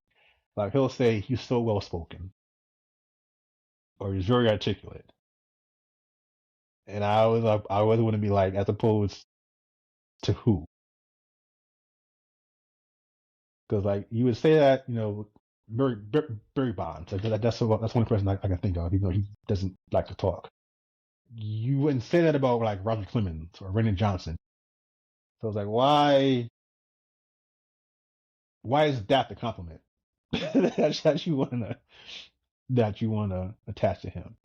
The reason I don't bring it up to him because again, one, like he's very literal, so like it'll be someone who actually does speak very very well. Mm-hmm. So it's like, yeah, so it's like he'll say it about like Obama, and it's like I really can't be mad at that. Obama He is a is a great speaker. phenomenal Like, speaker. Yeah, like, yeah. yeah, you're right. But it's just like I've never heard him say that about any other like president. Um, I was gonna say Bush or Trump, but he I wouldn't was say gonna it about say those two. So I was trying he wouldn't say that for to. obvious reasons. So Yes, it's like, it's like, just saying. yeah, like he wouldn't say that about another president. So it's just I pick up on those sorts of things, and it um I don't know. I don't know if it's like a natural thing for us, because we're just always hyper aware about certain things and sayings, microaggressions. Um, so I'm just curious if you kind of encounter maybe not that particular one, but other sorts of Yeah, microaggressions. I call those like the comments that you replay later, right? It's like somebody says something, and even in real time, you might have been like, but then later you're like, well, let me think about that a little bit, right?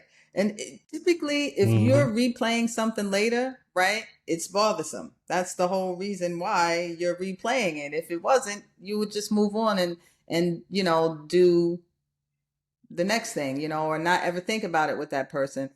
As a black woman, I'm gonna say the types of things that bother me or I feel like they're microaggressions are when people make comments about your hair. How did you get your hair like Mm-hmm. that? What does that mean? How long does it take for your hair to be done? I don't hear you ask her that. I've never heard you tell me how you got your hair that way. Or the hair is really, really big with women for sure. But, or how do you get your body to look like that? I feel like those are like little, forms of like microaggression because I don't see you saying that to people that look like you.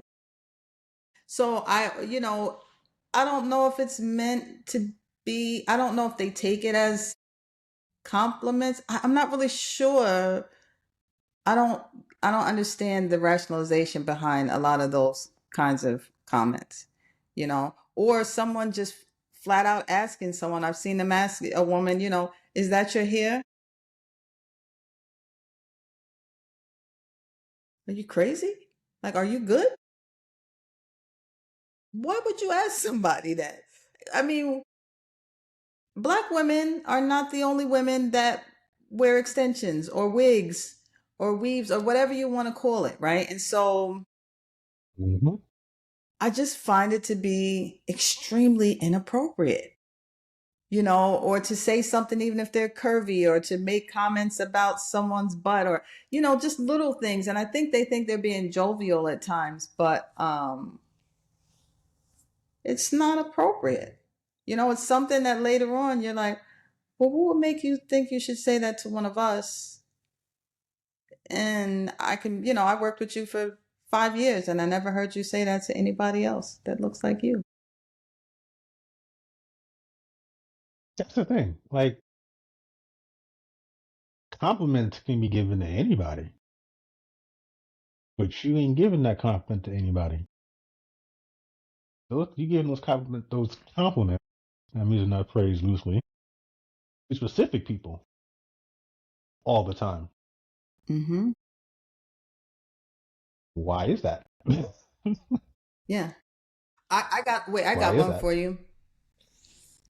Oh, you went to Georgetown? You graduated from Georgetown? What does that mean? Why is that? Why are you so surprised? You know? If you know that someone graduated sum cum laude. You graduated with honors? Is that supposed to be like, is it a compliment? What is it?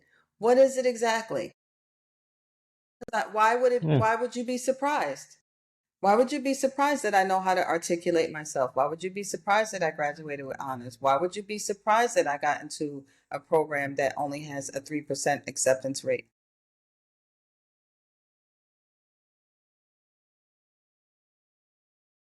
If some of y'all are giving compliments, but what y'all really doing is telling on yourselves. Correct.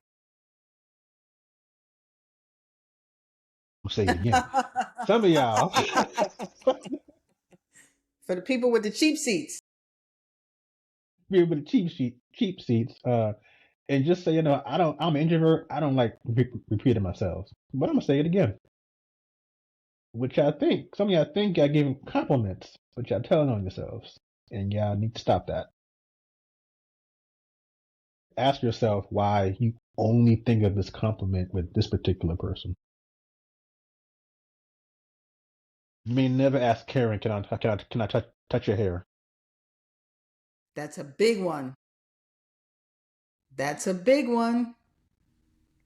Mm-hmm. See, I wasn't Mm-hmm. gonna say it. I thought about it when I was talking. I was like, I'm gonna leave that one. Nah, damn man, I'll say it. That's a big one. I'll say the Can I shit. touch your hair? What? Yeah. You, you ain't never asked Todd if his hair is real, knowing he got a goddamn hairpiece. That part. Yep. I never heard you ask anybody who looks like you. You graduated from this place, big eyes and really looking Mm-hmm. surprised, but I've seen you do it to people that look like me. Hmm. You never said, and this is one of my favorites is, this name is, why does your name sound like that? Why this name is so hard to sound? Like you can't say, Shaquita or Keisha, but you can pronounce Benedict Cumberbatch with no. Yes, You have no problem saying Arnold correct. Schwarzenegger, but Jamil trips you up. 5 letters trips you up. Yeah, Okay, why why is that? I'm yeah. just curious. Mm-hmm. Yeah. Why are you surprised when we don't eat certain foods? Or we do eat certain foods? Oh, you've had that? Have you?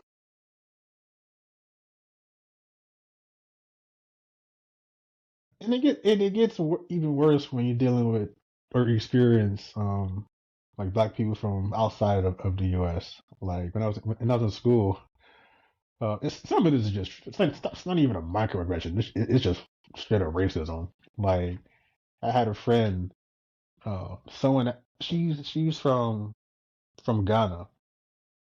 Someone asked her if she got over here on an elephant. Wow. Wow. Yeah, that's pretty blatant. That's pretty blatant. Yes, one of those things make you proud to be an American. Yeah. Yeah. I was with an ex one time, and she always kept her hair in like a little puff. That's what I call it. Um, because she had natural hair, and again, that can be a topic. Natural hair versus not. but she kept her hair natural. But it's always like a little puff. Because she worked in a lab, so you don't want your hair Sure, getting in sure, the way sure. of doing experiments. And we're at Cheesecake Factory, and the server was like, "Oh, I like your hair. Can I touch it?" And to her credit, she was gracious, and she was like, "Oh, okay." But like she didn't see my face, because my face like, "Bitch, what the fuck?" Exactly.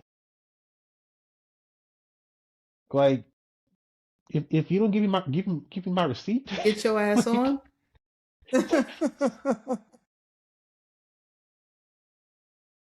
like it just and I told her. I asked her like, has that happened to you before? And she's like, but I was like, what the fuck?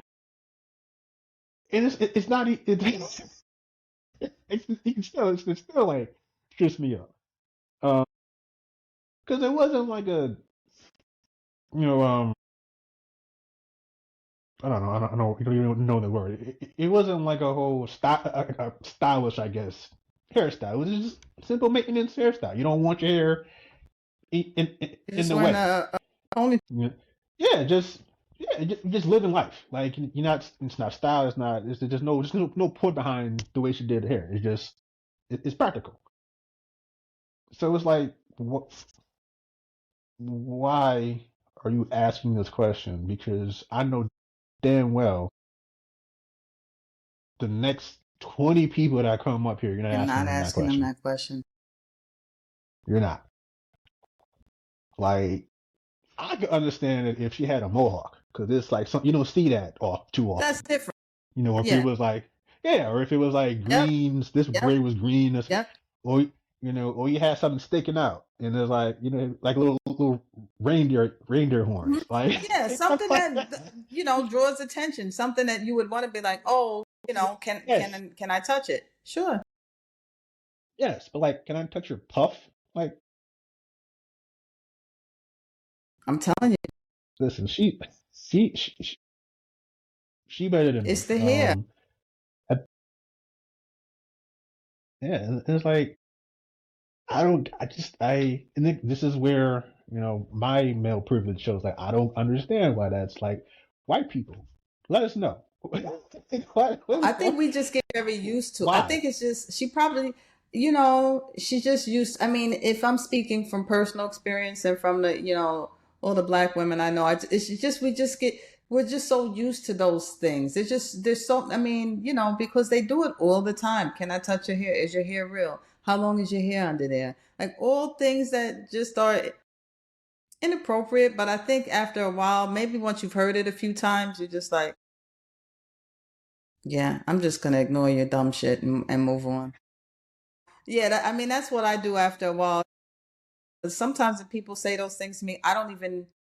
I'll look you dead in your face, and so I heard you because I'm making eye contact with you, and I just don't respond at all. I just don't say anything because silence is a response, also, right? So that's how I feel about it. It's like, yeah, Hmm. I mean, because why? What do you ask? Can I touch your hair? There's your answer. You know, is that your real hair? How long is your real hair? All things that are none of your damn business. Hmm. And like you said, black women are not the only people that get extensions, they get extensions, fake hair, wigs, none of that. No, no. Um, And contrary to popular belief, a lot of us have a whole lot of hair. That's why we get braids because we don't feel like doing all the hair that we have underneath. So, ladies, I'll just say it for you. Yeah, because sometimes we just don't want to do all that hair. Not because we don't have hair. Thank you.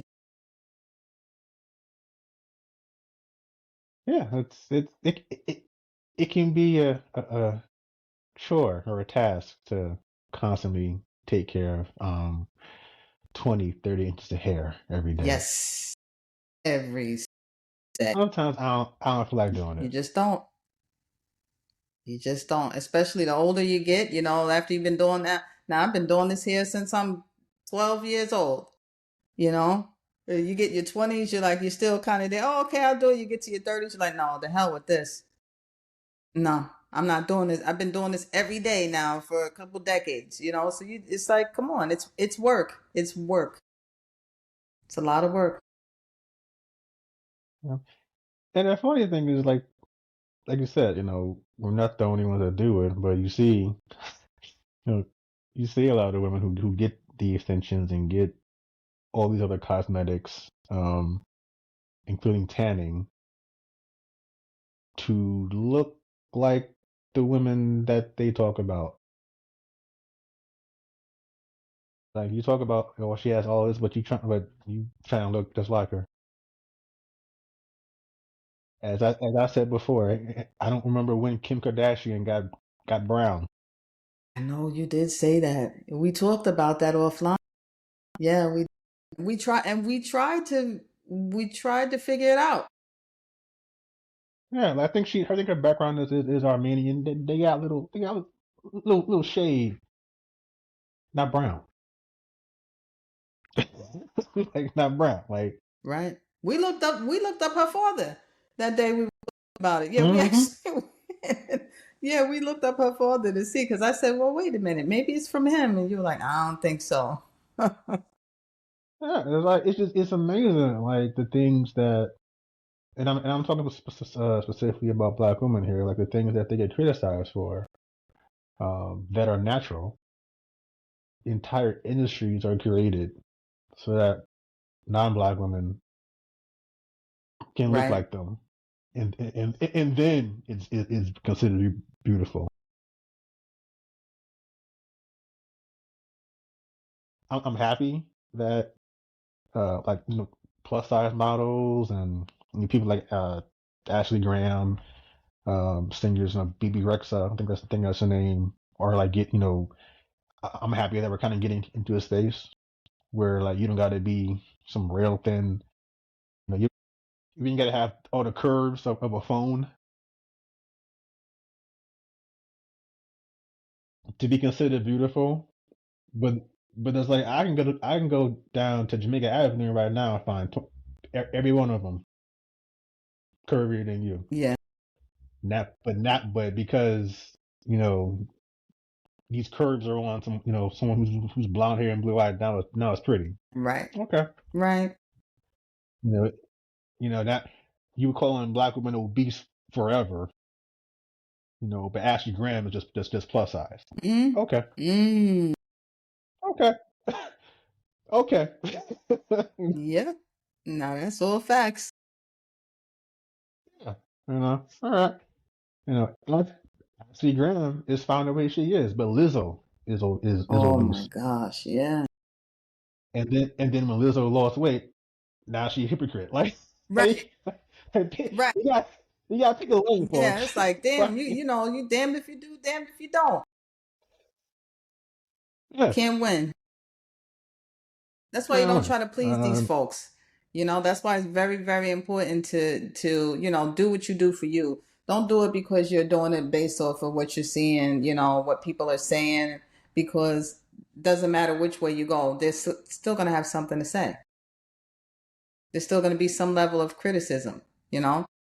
So you don't worry about them. and and again, I say this,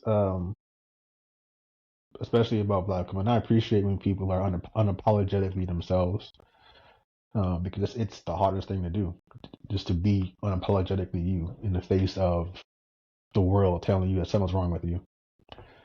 And I really do mean that because it's something that I struggle with. I think a lot of men struggle with it. They won't admit it, but um, just yet another thing that women are leading the way in, being themselves. You know, go figure. So, um, yeah, shout out to y'all. Um, as I will always say, I'm here for the thickness. Thickness for the win. for the win. It's thickness, Yeah. thickness in the Yes. clutch. That's Yes. how it is. Yep. Yeah. I don't care what y'all say. Thickness undefeated. Okay, y'all can try to run for a minute, but look at y'all getting tans and BBLs and breast lifts and lip fillers. Damn. Okay. Meanwhile, I can just go to Southside Queen and see that Yeah. shit for free. Yeah. Hey, We just wake hey, up to it. hey, wake up to it every Just day. wake up to it. You Don't know, gotta do nothing. wake up, nothing. Like, how you doing, Yeah. baby? Mwah. Just right, just right there, Right there in the flesh. right there, man. But hey, y'all do y'all. I don't, I don't know how we got on topic of thickness. I mean, I'm not upset about it, but I feel like we were talking, talking about Funny. Went off on a tangent like I don't know. always. I'm looking up. We went off on a Huh? tangent, just that's where it took us, we went down thickness lane. So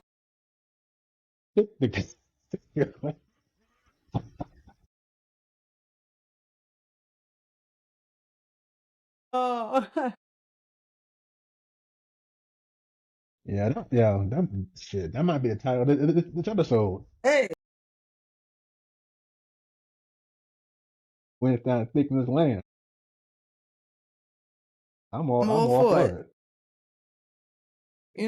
Yeah, we talk about everything. So, why not? Why not?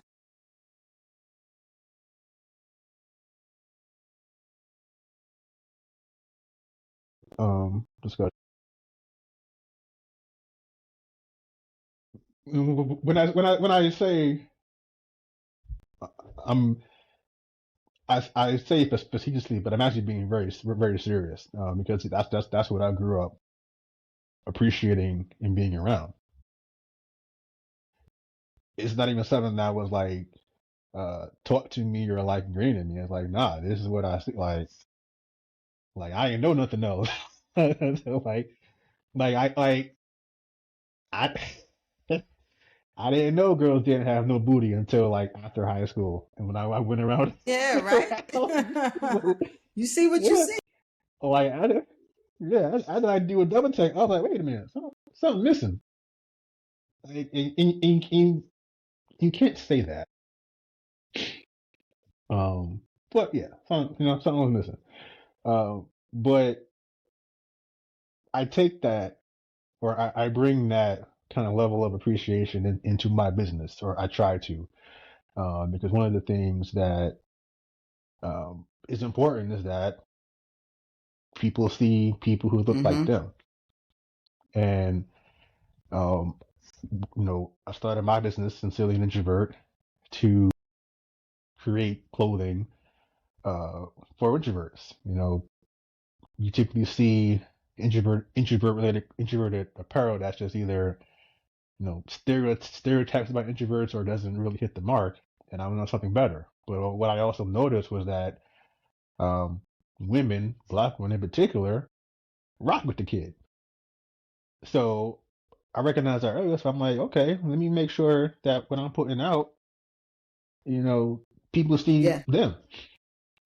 And that was hard. It's like trying to find like models and mock-ups of people of curvier, thicker women. It's hard because that stigma still Yeah. exists, and it's like you gotta be real sophisticated with your searches. It's crazy. It's crazy. Um, but I also I'm happy that I'm on the right path, so to speak. Because like I've had so many black women say, yeah, I like the fact that you incorporate plus size, whatever you want to call it, thicker models, in Mm-hmm. your marketing. But I'm like, yeah, um, like I like what I like, but again, it's important for people to see people who Yeah. look like them. So that's just something that um, I want to I want to continue doing. Even my consultant that she brought it up. She was like, yeah, her her exact words was keep 'em Yeah, thick. Like those are her exact words. Those are her exact words. So I'm like, if women tell me this, hey, I'm gonna keep yeah, I'm gonna you're keep doing doing it. something right. Yeah. Um, but again, it's very important to have to see people who look like you, not just in shirts, but in life and Mm-hmm. in work.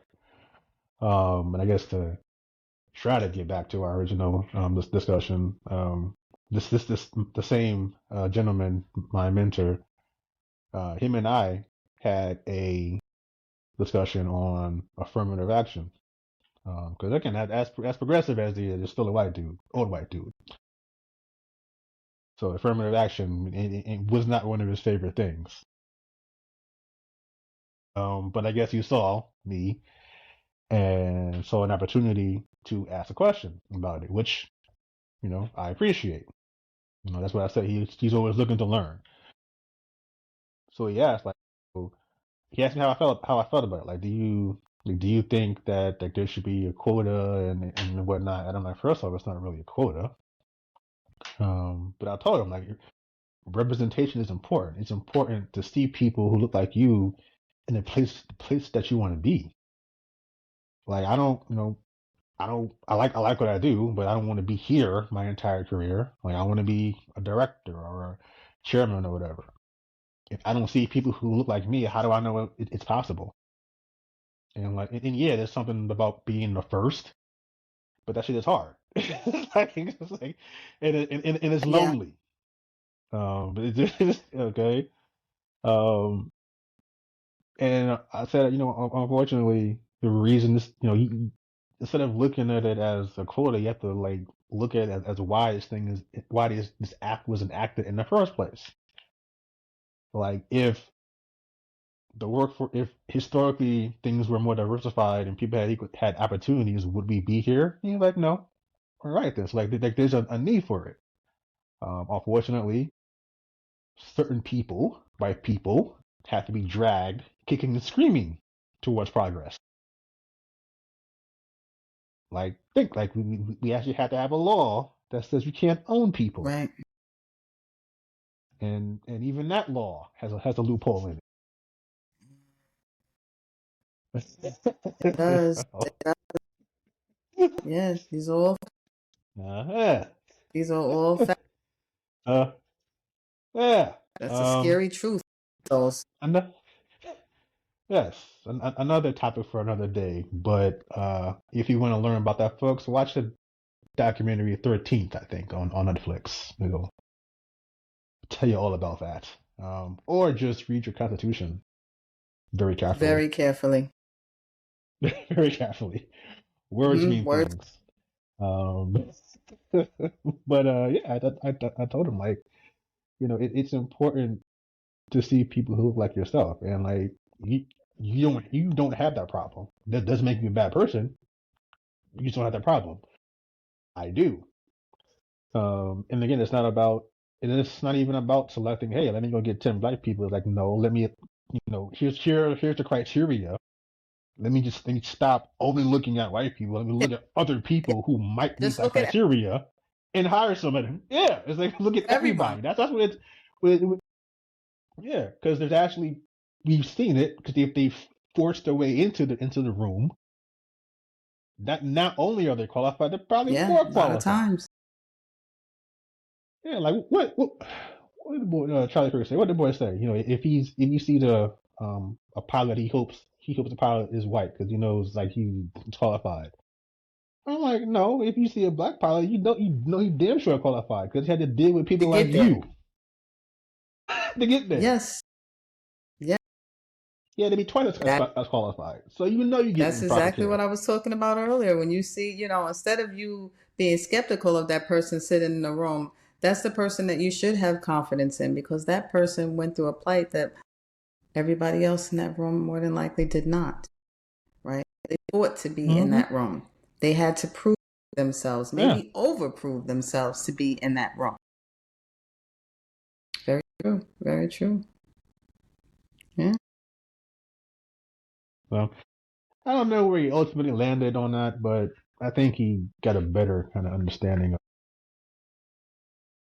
why it was needed. Yeah. Because these things matter. Like there's what's I guess you can call it the black tax. It's like it just it Yeah. costs more, Yeah. unfortunately, to Yeah. be us in this country. Yeah. It's unfortunate but true. Um, yeah. Um, and it just think yeah, it just think that if you're not black, you just don't understand. And again, it doesn't make you a bad person, but you don't get to ignore it either. You know? And I think You can't act like it doesn't that's exist, part of what. right? Because you Yes, do exactly. not personally experience something does not mean that you get to ignore that it is in existence, because it is 100% in existence. Yeah. Mm, Some people will never understand, though, and some people don't try to understand. I will get, what I will say for your boss is that I will give him credit for trying to understand something, even if he didn't, even if at the end he didn't understand, and he'll never fully understand, right? But he can recognize and acknowledge, right? But just the willingness to do so says a lot. exactly. And, that's and again that's why I definitely appreciate having him in my life. And I've seen him um go to bat go to bat for me, or I've heard him heard about him going to bat for me, in rooms that I'm not in. And I Good. appreciate that. Like he's had my back when someone tried to throw me under the bus. Like there was a time where I was looking for a promotion, and like it would have been in a different department. And ultimately I didn't get the job, and like the person it was like what's called an internal hire. And he's looking at the qualifications of the person and me, and he got pissed.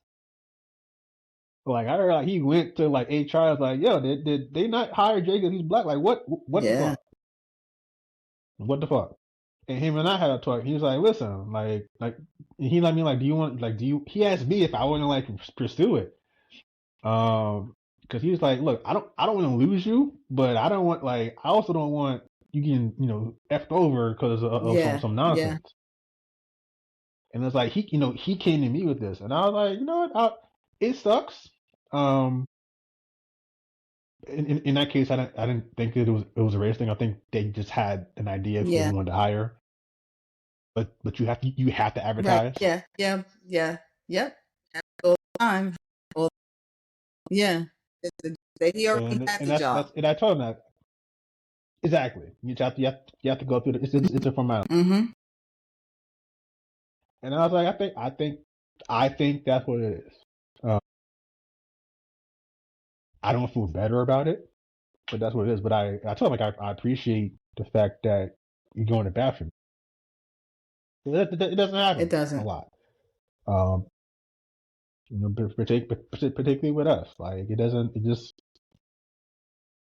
like I can't think of any other time for anybody else where like an old white guy Yeah. is going to Right. bat for Yep. before. Yep.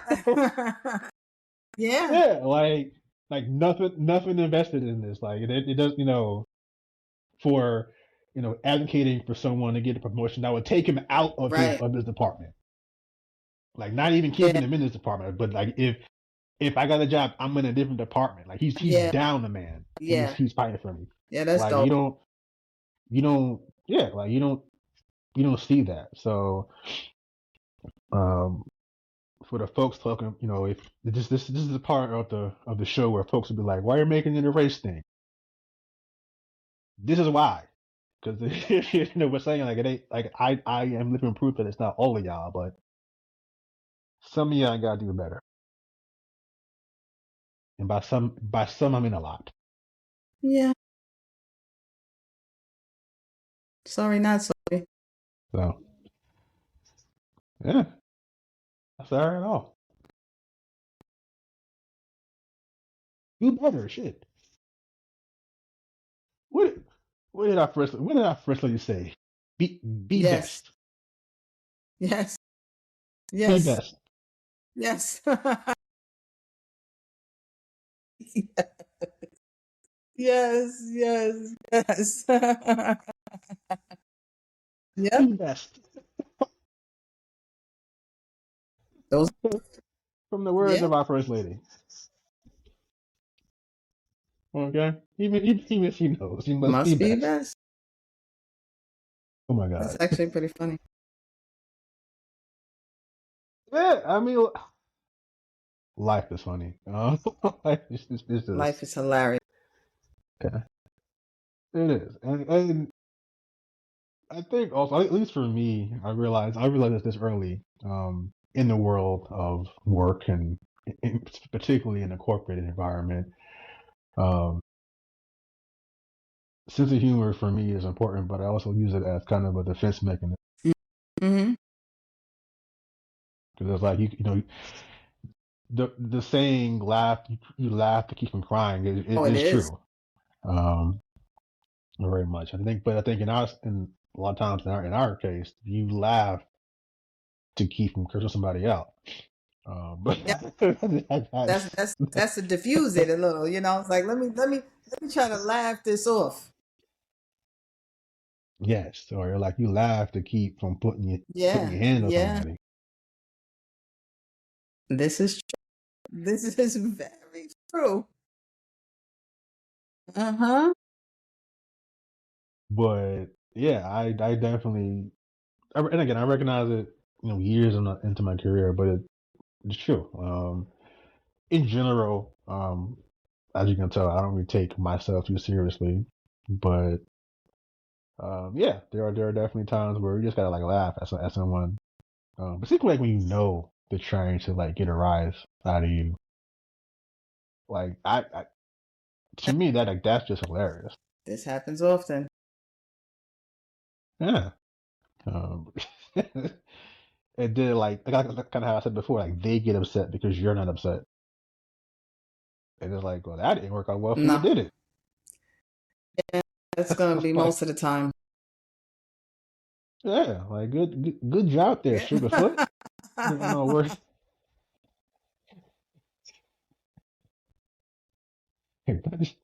got yourself all worked up over nothing. Yeah, it's just not. It just doesn't happen. Now, I'm with you 100% on oh that. my God. They're not gonna get too much of a rise out of me for the most part. Even people. I don't care if you're sending emails. I don't care what it is. My email is gonna come back pretty matter of fact. Stating whatever facts are. You're not gonna see a whole. You're not gonna see a whole lot in there. If you talk to me, I'm gonna sound just like I sound right now, no matter what's coming out of my mouth. I always sound Um, the same. I always look the and I, same. I'm always, it's like, that's why it's like, how does she mean that? How did it sound? You know? Yeah. Got to read into it sometimes. Sometimes it's like, a lot of times I've heard it so often in my life. People are like, I'm not really sure how to take you. I don't know why you have that problem. I'm not really sure. I'm pretty clear when I speak. I think it's because you're looking for, because I'm not an emotional type of person. I don't wear it on my face. You're not going to hear it in my voice. You're not going to see it if I'm sending emails, but just pay attention to whatever it is I'm saying. Don't try to mhm. read me. I think that's what it is. People like always you're looking for something from the outside. You're trying to read. Don't do that. Yeah. Don't look so hard. Yeah, you're spot on. Like I had to learn to kind of craft my emails just that way. Like earlier in my career, like I would get someone, pop off, I'd give them back the same energy, no matter who it was. Like it didn't matter if it was like someone at my level or a Hmm? director. And I would only do that when I knew I was right, but still, just like there's a certain way to speak to directors. But I also feel that uh, we don't get that kind of grace, I guess, to be human in our Mm-hmm. emails. Well, we don't get the grace to be human Correct. at all, pretty Correct. much. But Correct. Uh-huh. you're gonna be all the way honest. But particularly like in a corporate setting, like we don't get to show particularly our frustration. We don't get to show. Like we have to be Mm-hmm. professional. People come at us however they want to come, however they want to come at us. But as soon as we respond in kind, oh, Shay said this or Jay said this, and it is what it is. But like you, I've just learned to be flat. I guess my friend said she's flat, and I like that term. So like I'm very flat in my replies, um, but I also don't feel the need to keep it between us. I'll copy your boss Quick. on this entire email chain Quick. that you sent. Yeah, and it and God help you if your boss has a public facing position or is very high up. Mm-hmm. um, you know, or I'll answer. And then I'll just ask your boss on the sidebar, yo, is this how you teach your employees to talk to people? Yeah. And have him Yeah. answer that question. Oh yeah. I've done that. I'm like, listen, here's what he said, here's what I said, but I'm letting you know this would not be tolerated. So please Yeah. handle that. Oh yeah. And they and it gets handled. Like if it's the right person who has like some integrity and understands the impact of this, it'll get taken care Mm-hmm. of real quick. Yeah, I'm good for that kind of stuff too. Listen, somebody sends me an email, I I respond and I add my boss. I'll do it Mm-hmm. for you. So, I'll let you know here. So let me just make sure. So you see what kind of headspace I'm always in. So I'm putting my boss on and your boss, right? So they both are going to see everything that's happening in this email chain because I have nothing to hide, right? So, and whatever it is I'm saying is what I'm saying. Exactly. And we know, and I ain't doing Oh no no, blind oh copy no, no. either. I don't blind copy nobody. Yeah, I put them right on there because I want you to see exactly who I'm putting on here. Yeah, I never blind copy. Nope, it's not a Mm-hmm. thing. No, Nope. I want you to see the name so that you see as soon as I'm responding, here's who I'm putting on here. So let's talk. Yes, please Mm-hmm. let's talk. Yeah, you know, let it all out. Whatever we're saying is what we're saying, right? So this way, and there's no Mhm. misinterpretation. There's nothing. Nobody comes in on the tail end. You can see from the first thing I said, so you see exactly what I'm saying, and you can see whatever was said beforehand. And my favorite thing is like, there would be someone who's just intent on being a jerk. Um, but in that same department or in that same group as someone who loves you to death, like you're their favorite Mm-hmm. person, like they're your biggest fan.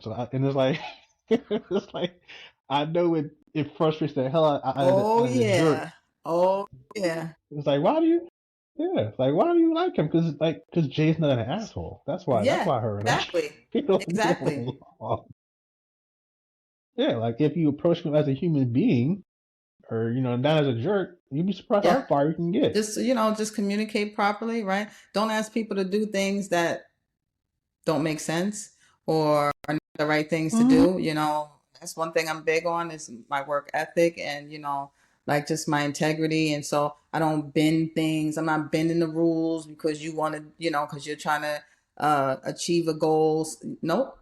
It is what it is. And I'm always the same. I never change. That's one thing about me. I'm extremely consistent in everything I do. Yeah, Like I've told someone this, like, you know, I'm here to help. Like I'm here to get you, like I'm here to get you what you need. Like that's literally what I'm supposed to do. But give me something that I can say yes to. Like you can, like let's try Mm-hmm. that. You know, and understand that might be different from what you want. Ah, So I'm gonna include that caveat because that might go over, like that might not stick. So let me just put it in your face right there. Like it might be different from what you want, or it may be a different version of what you want. But give me something that I can say yes to. And you, like, once people figure that out, yo, I'm their yeah, best friend. yeah, uh-huh, for sure. Because I'm not like there are very few hills that I'm dying on. Yeah, Like for what? Like I'm not stressing myself no, out. nope, nope, nope. I got a hard enough time being black in this country. I ain't trying to have more shit. Like listen, Rather my uh, days be as easy as possible. okay, I gotta. Some people will never know what it's like to go through life wondering, you know, basically having to go through life knowing that somehow you fit the description. Like some people will never know that. Every day we step out of the Yeah, house, we got to worry about that. So yep. we have enough on our plate. I'm not trying to make my day harder. Couldn't agree more. Mm-hmm. That's my mindset every day. Yeah. So, uh, as we typically do, we talk until we're hungry. Mm-hmm. Yep. Okay. Do you know it's been almost 2.5 hours? This happens to us all the time. This is like becoming a regular now. It's like it's our tangents. It's all the stuff we get Yes. into, because we just go wherever the conversation leads us. And next thing you know, you look up and you're like, how have we been talking for over 2 hours? Yeah. So before we get out of here, we will actually do the Oh hard truth yeah. of the week. Oh yeah. So we've been talking about it, but here it is. Here it is, folks. Yes. All right. Our very first hard truth of the week. I'll do this one. Um, a lot of what we call burnout is really the cost of being dependable in systems that don't protect us. And what I mean by that is we're typically praised for being reliable, capable, easy to work with. Things we've talked about in this episode, but nobody ask us what it costs us. Uh, quiet leadership often means carrying more responsibility with less recognition, and fewer boundaries, and no real permission to rest. And as you said before, rest is important. Being overworked is not normal. Burnout is not normal. The truth is, exhaustion isn't a personal failure. It's often the result of overextension, unspoken expectations, and the belief that saying no will somehow make us disposable. And here's the hardest part: is that rest isn't something that you earn after a burnout. It's something you need before you break. So, if I could give you any advice, it would be take the rest. You've earned it. Your body, your mind, your soul will definitely thank you. And that is all Yeah. I have. Yep. I like this hard truth. Just remember, you weren't weak. You were overextended. Mm-hmm. So, until next time, folks, take your peace seriously. And I'm Right. out. Been fun, y'all. Later, folks.